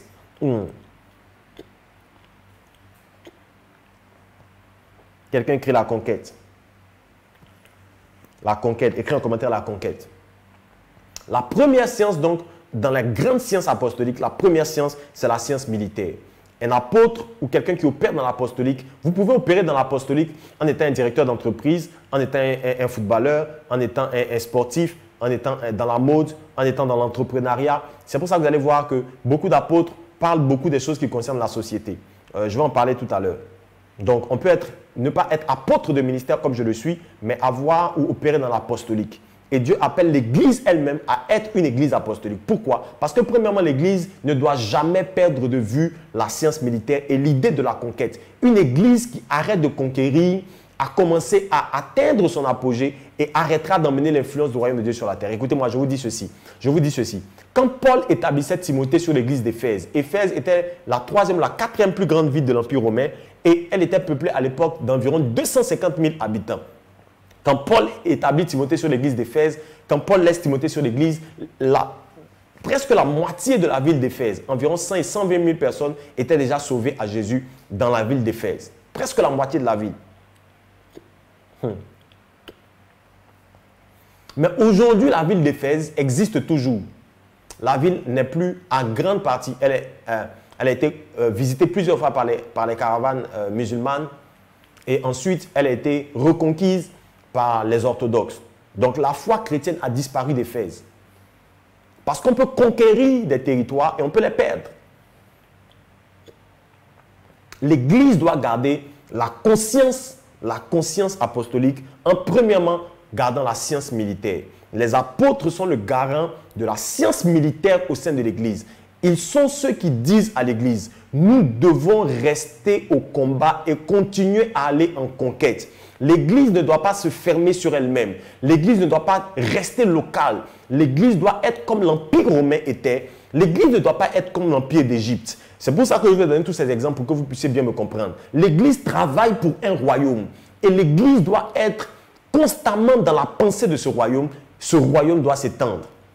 Ce royaume doit s'étendre. Ce royaume doit s'étendre. Il doit repousser ses limites. Il doit repousser ses frontières. Il doit conquérir des territoires. C'est pour ça que vous allez voir que presque toute la Bible est l'histoire d'un territoire conquis, d'un territoire qu'il fallait conserver et de territoires qu'il fallait découvrir. Toute la Bible tourne autour de ça. Parce que Dieu voulait que l'Église garde la pensée du royaume et travaille avec cette pensée dans la conquête, dans l'expansion, dans la conservation des territoires et dans la découverte de nouveaux territoires. Première science donc, c'est la science militaire. La science militaire, c'est dans la science militaire que beaucoup de gens qui parlent de l'apostolique,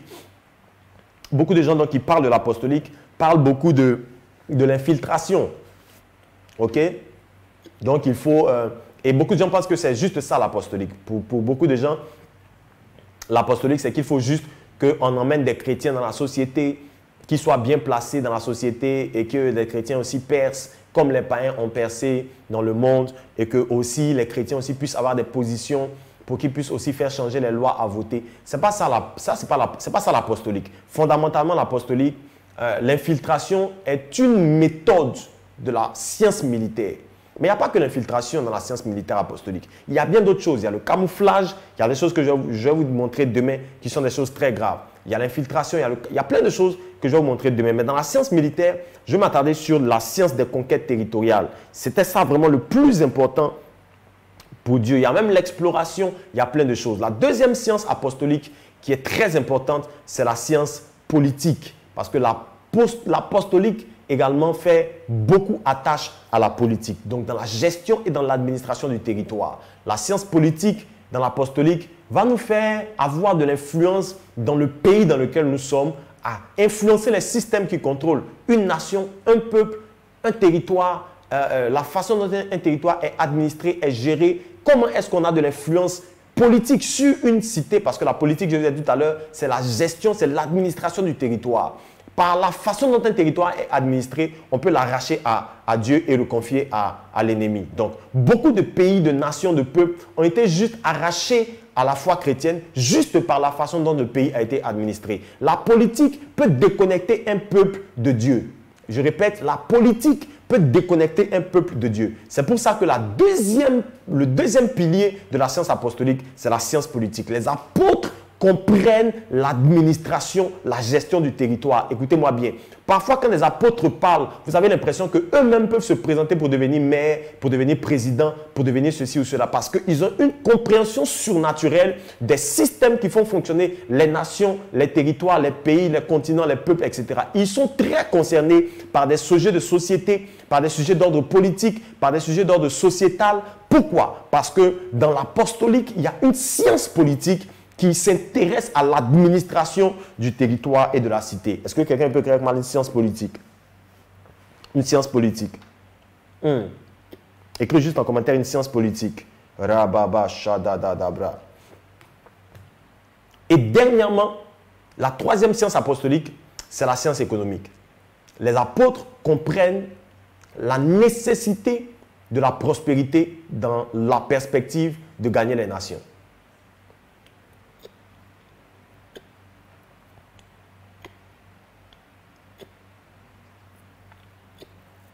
Yes. La science économique. Écris juste en commentaire la science économique. Écris en commentaire la science économique. La science économique. Écris juste ça en commentaire. Je termine avec un point. Je pense que j'ai beaucoup parlé aujourd'hui. Je vous ai dit tout à l'heure en commençant que aujourd'hui je veux parler. Aujourd'hui je veux parler. Yes. Ok. Dans la science territoriale, je vais juste ouvrir pour vous donner un aperçu de ce que je vais vous dire demain. Dans la science territoriale, il y a ce qu'on appelle les méthodes de conquête. Ok? La science, pardon, je dis territoriale. Dans la science militaire, il y a ce qu'on appelle les méthodes ou les stratégies de conquête, de découverte de territoire et de conservation territoriale. Donc, la science militaire est vraiment axée sur le territoire. Donc, conserver des territoires qu'on a acquis, gagner de nouveaux territoires pour le royaume. Comment est-ce qu'on fait pour gagner des territoires? Vous savez, les gens confondent parfois l'évangélisation et la mission. Même quand on fait l'école biblique, les sujets d'évangélisation sont différents des sujets de mission. L'évangélisation est très souvent, fait très souvent référence comment dire, au salut des âmes. Donc, comment est-ce qu'on gagne dans la proximité. Mais la mission met d'autres facteurs en jeu. Dans l'évangélisation, il n'y a très souvent pas de facteurs culturels. OK? Donc, dans l'évangélisation, par exemple, on frappe à la porte de notre voisinage. Vous êtes béninois, le voisin est béninois. Parfois, vous êtes même de la même tribu, donc vous parlez la même langue. Vous êtes parfois ivoirien, donc vous êtes baoulé. Le voisin est baoulé, vous frappez à sa porte. Parfois, vous arrivez même de parler en baoulé, vous deux. Donc, il n'y a pas de barrière culturelle. Mais dans la mission, il y a des obstacles qui naissent. Il y a des obstacles culturels. Quand vous quittez la Côte d'Ivoire, que vous allez évangéliser l'Inde, la Chine, le Bahamas, je sais pas, les îles Féroé, etc. Il y a des chocs culturels.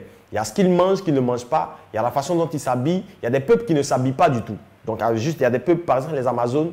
En Amazonie, par exemple, les Amazoniens, ils ont juste, pour certains, ils vivent encore de façon primitive. Donc, ils ont juste des caches-sexes. Donc, est-ce que vous arrivez là-bas, est-ce que vous leur dites vous arrivez avec des vestes, des costumes, vous leur dites de porter une cravate, un costume, etc., etc. Rien que dans l'approche culturelle, vous fermez la porte à votre message. Donc, l'évangélisation est différente de la mission. Ce que Paul faisait dans Actes des Apôtres, ce n'était pas de l'évangélisation, c'était de la mission. La mission est de l'ordre de l'apostolique. L'évangélisation, c'est l'œuvre des évangélistes.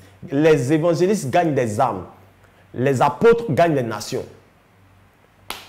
Je répète, les évangélistes gagnent des âmes, les apôtres gagnent des nations. Et les âmes là sont dans les nations. Le problème, c'est qu'on a pensé, parce qu'on a perdu la pensée apostolique, on a pensé que évangéliser, c'est voyager, aller prêcher l'évangile ici, sauver des âmes. Non, évangéliser, c'est dans un rayon de perspective où il n'y a pas d'obstacle culturel, il n'y a pas d'obstacle de nation. Le mot nation, c'est le mot ethnos. C'est un pays, c'est un territoire, où il y a une culture, qui a d'autres habitudes, etc., etc. Dans l'évangélisation, on n'est pas dans le culturel. Mais dans la mission, on a franchi les barrières des nations et maintenant on gagne des nations à travers des systèmes qui sont différents, etc., etc. Est-ce que vous êtes bien avec moi? L'évangéliste gagne des âmes. L'apôtre gagne des nations. C'est pour ça qu'aussi longtemps que Barnabas et Paul n'étaient pas arrivés à Antioche, les évangélistes de la ville, là, ils gagnaient des âmes dans la ville. Quand Barnabas et Paul sont arrivés à Antioche, ils ont bâti l'église. Ils ont pris toute l'Asie mineure. Pourquoi? Quelle était la différence? La différence, c'est que Paul et Barnabas étaient apôtres. Ils savaient comment on structure la mission pour gagner les nations. OK?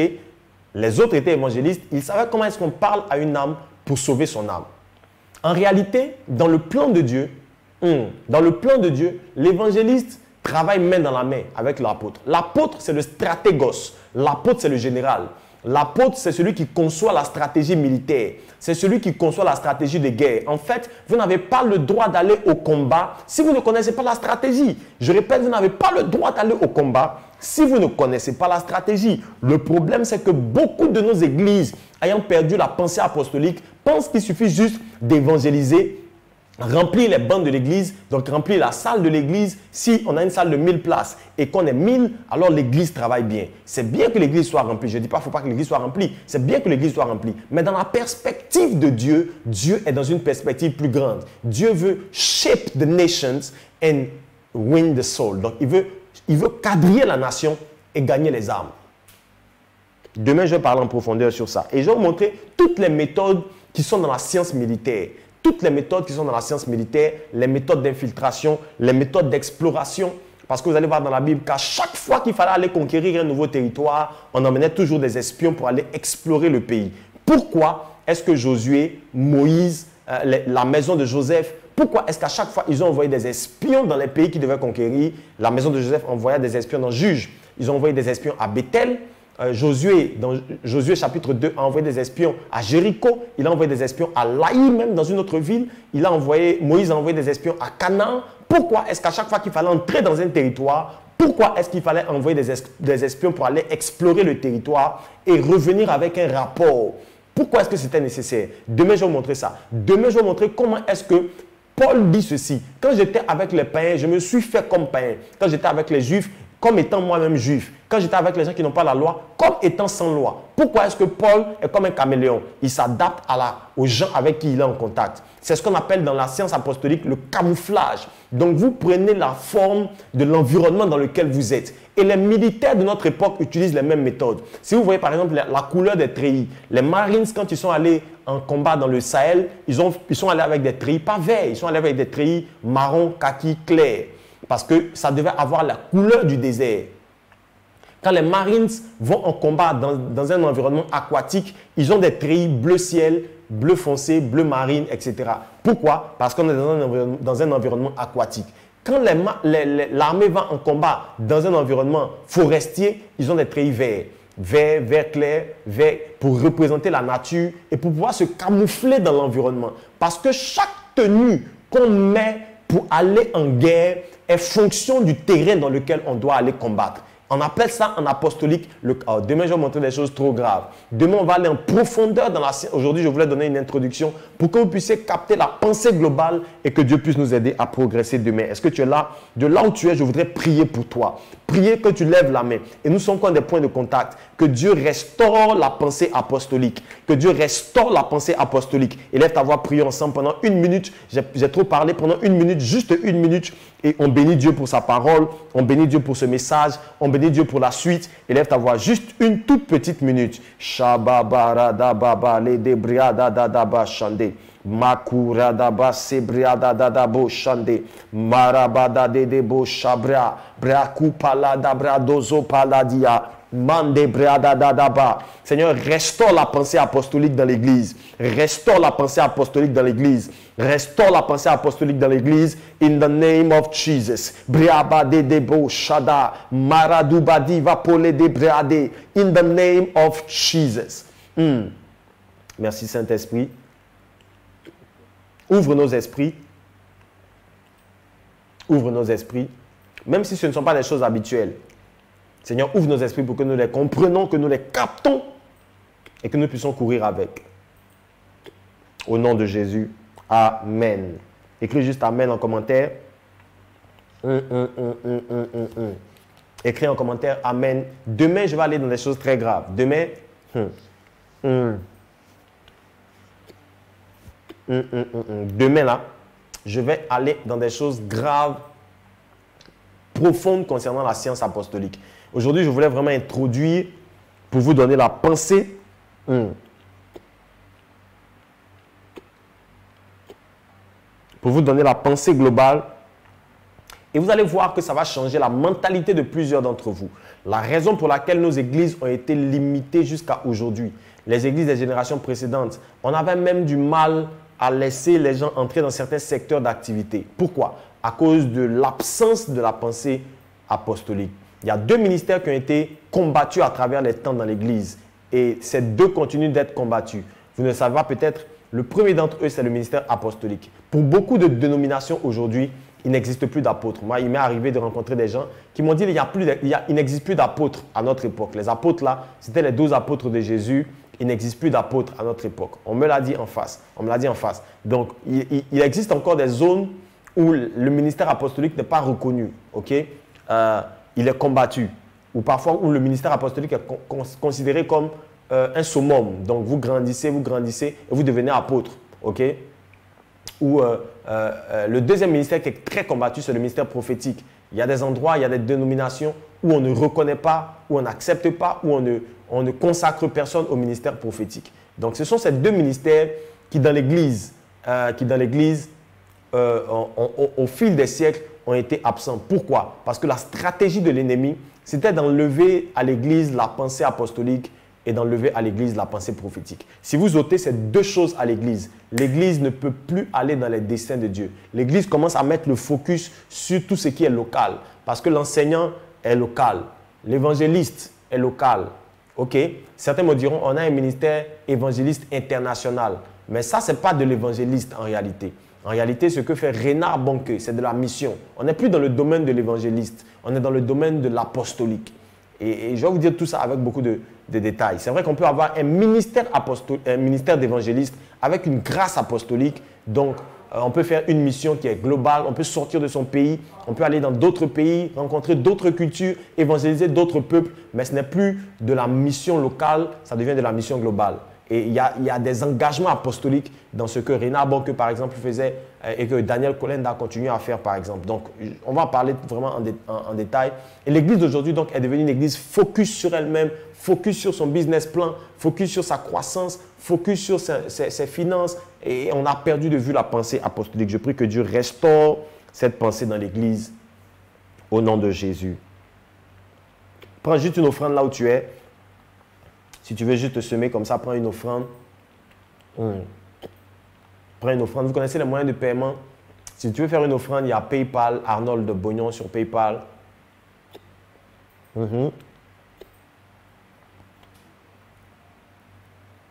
Voilà, pendant que ça s'affiche, Arnold Bognon sur PayPal. Ensuite, il y a le numéro de téléphone pour ceux qui le font via Orange Money ou MTN Mobile Money, ceux qui choisissent de le faire via ces différents modes. Vous pouvez le faire comme ça avec ces deux téléphones, numéros de téléphone qui s'affichent. Ou si vous souhaitez le faire via Western Union, RIA ou MoneyGram, voilà, au nom qui s'affiche aussi tout de suite. Vous pouvez choisir ces différents moyens de paiement. Vous pouvez apporter vos semences, apporter vos offrandes. Mais je voudrais préciser qu'on a une offrande spéciale pour ces 50 jours de jeûne. Je vous encourage à faire cette semence spéciale pour que nous puissions clôturer ensemble pendant ces 50 jours. Cette offrande n'est pas obligatoire, elle est libre, mais je vous encourage à la faire pour que vous puissiez semer dans ce que Dieu a fait pendant ces 50 jours et avoir part donc à la moisson de revêtement et d'onction et de faveur et de grâce et d'opportunité que Dieu va relâcher après ces 50 jours. Voilà, donc vous pouvez, les différentes semences, les différents montants vont s'afficher, mais principalement en euros, c'est 50 € la première semence, 150 € la deuxième semence ou 500 € la troisième semence. Vous avez le droit de choisir entre l'une de ces trois semences. Vous pouvez choisir et après avoir choisi, vous semez vos semences et Dieu va certainement se souvenir de vous. Voilà, en CFA, 50 000 francs CFA, 100 000 francs CFA ou 330 000 francs CFA pour les plus violents. Je vous encourage à être très violent. D'ailleurs, Dieu va se souvenir de vos offrandes et de vos semences au nom précieux de Jésus de Nazareth. Au nom précieux de Jésus de Nazareth. On a vraiment eu un cours d'apostolique. Ce qu'on a fait ce soir, c'est un cours d'apostolique. C'est un sérieux cours d'apostolique.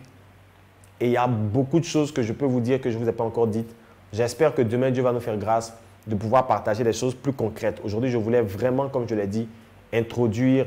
Demain, je vais partager également sur l'apôtre et le prophète. Je vais insister un tout petit peu sur pourquoi est-ce que l'Église a été fondée bâtie sur le fondement des apôtres et des prophètes.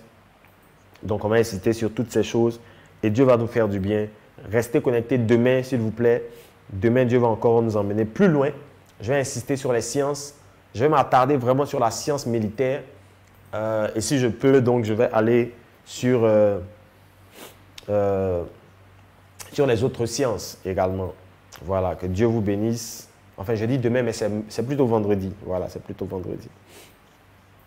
Que Dieu bénisse tous ceux qui font leurs offrandes. Je prie pour vous. La main de Dieu est sur vous. Dieu vous fait du bien. Dieu vous élève. Dieu change votre condition, change votre statut. Il vous bénit. Il entend vos prières et il les exauce. Dieu dépêche des anges. Il envoie des hommes. Il envoie des circonstances, des situations. Il envoie des êtres que vous ne réveillez certainement plus. Ils viendront juste pour vous faire du bien, juste pour ouvrir une porte devant vous, juste pour faciliter quelque chose qui est bloqué, qui retarde ou qui prend du temps. Je prie pour vous que ces semences débloquent quelque chose dans le nom précieux de Jésus. Amen, amen, amen, amen. Voilà. On est en train de terminer donc nos 50 jours. On est à peine à 2 semaines de la fin de ces 50 jours. Et on veut encore vous inviter, si vous n'êtes pas encore, vous n'avez pas encore intégré notre groupe WhatsApp, vous pouvez toujours le faire. Le lien d'inscription s'affiche là en commentaire, tel que Aïcha l'a mis en commentaire. Il vous suffit juste de cliquer sur le lien. Vous êtes directement inscrit sur le groupe WhatsApp ou le lien qui est également en commentaire. Je voudrais dire quelque chose au sujet des groupes WhatsApp. C'est que le groupe WhatsApp ne nous donne pas la possibilité donc, de filtrer les entrées. Par contre, nos administrateurs font beaucoup de travail pour surveiller donc, ceux qui entrent, parce qu'il y a beaucoup de gens qui viennent entrer dans les groupes WhatsApp, surtout les groupes chrétiens, pour venir publier des choses qui sont obscènes ou qui sont malsaines. Donc, ne vous inquiétez pas. On fait ce qu'on peut. Voilà, les groupes étant ouverts, la fonctionnalité de WhatsApp, c'est que tous les groupes sont ouverts, accessibles à tous. Il n'y a pas de possibilité de restriction encore, donc on fait avec. Donc, tout le monde peut entrer, malheureusement ou heureusement. Voilà, tout le monde entre. On n'a pas la possibilité de filtrer les entrées. Donc, ne soyez pas perturbés à chaque fois que quelqu'un rentre et qu'il publie des choses qui n'ont rien à voir avec les 50 jours de jeûne. Dès que notre équipe le remarque, il se précipite donc pour le retirer du groupe. Donc, vraiment, que Dieu bénisse tous ceux qui sont inscrits sur le groupe. Soyez bénis abondamment. On termine dans quelques jours, encore quelques jours à tenir. Mais avant, ces jours-ci seront très intenses. Demain, nous serons en ligne sur Zoom pour la prière globale. Donc, demain, on prie tous ensemble. Jérusalem, Judée, Samarie, tout le monde on prie ensemble le jeudi. Demain, à partir de 21h heure d'Abidjan, je pense que c'est ça. Donc, demain, on se retrouve pour la prière globale. Et ensuite, le vendredi, je vais terminer donc sur le retour de la science apostolique dans l'Église. Je vais avancer parce que je ne pense pas pouvoir terminer. Je vais avancer avec. Et le samedi, on sera en direct pour le Worship Live, spécial samedi Worship Live. Donc le samedi à partir de, on avait dit 16h, mais je pense qu'on sera en direct plutôt à partir de 15h heure d'Abidjan. Donc ça va faire 17h heure de Paris. Mais vous allez donc recevoir toutes les informations dès demain dans le groupe et sur nos différents réseaux sociaux. On sera en direct le samedi à partir de 15h pour le spécial samedi Worship. Plus tôt parce qu'il y a certaines contraintes au niveau d'Abidjan qu'il faut que nous respectons. Okay? Donc, samedi, on sera en direct à partir de 15h. Ça va faire 17h à Paris. Et voilà, chacun va convertir en fonction de son pays. Donc, samedi, on sera en spéciale adoration. Dieu va nous faire du bien, ne ratez surtout pas. On va adorer le Seigneur ensemble. On va prier, on va faire des déclarations. Le ciel va s'ouvrir pour des miracles et pour des témoignages au nom de Jésus. Voilà, je pense que c'est tout. La semaine prochaine, nous terminons, c'est notre dernière semaine. Voilà, dès qu'on aura fait le vendredi et le samedi, ça sera notre dernière semaine. On va aller tout droit vers le 29 mai. Je vais répéter que les différentes semences spéciales, donc de 50 €, de 150 et de 500 €, je vais prier pour tous ceux qui ont déjà fait leurs semences et ceux qui vont faire leurs semences avant. Donc je vais prier pour tout le monde le samedi. Par contre, on m'a signalé qu'il y a des cas de certaines personnes qui souhaitent faire leurs semences après le 29. Voilà, donc si vous êtes dans ce cas, que vous souhaitez faire vos semences après le 29 parce que pour des raisons de paiement et tout ça, certains m'ont dit que pour leurs raisons de paiement, ils ne sont pas payés avant le 29 et qu'ils souhaitent être payés avant de faire leurs semences. Donc, si vous souhaitez faire les semences après le 29, inscrivez-vous juste, envoyez juste aux administrateurs, écrivez-nous et dites-nous que vous allez faire votre semence d'un tel montant et que nous allons prier pour vous le vendredi également avec tout le reste. Et au moment où vous serez en possibilité, vous allez envoyer vos différentes semences. Voilà, que Dieu vous bénisse abondamment. Je pense ne rien avoir oublié. N'oubliez pas qu'on se retrouve demain 21h, mais je vous retrouve vendredi 21h également pour terminer sur le retour de la science apostolique dans l'Église. Je prie pour vous maintenant que la bonne main de Dieu soit sur tous et sur toutes, que Dieu vous donne des témoignages, que Dieu restaure la mentalité et la pensée apostolique, que vos vies soient impactées, influencées, changées et transformées et que Dieu vous exauce dans tout ce que vous allez engager et entamer au nom puissant de Jésus de Nazareth. Amen. Soyez bénis. Rendez-vous demain pour la prière et rendez-vous vendredi à partir de 21h pour terminer cet enseignement sur la science apostolique. Dieu vous bénisse.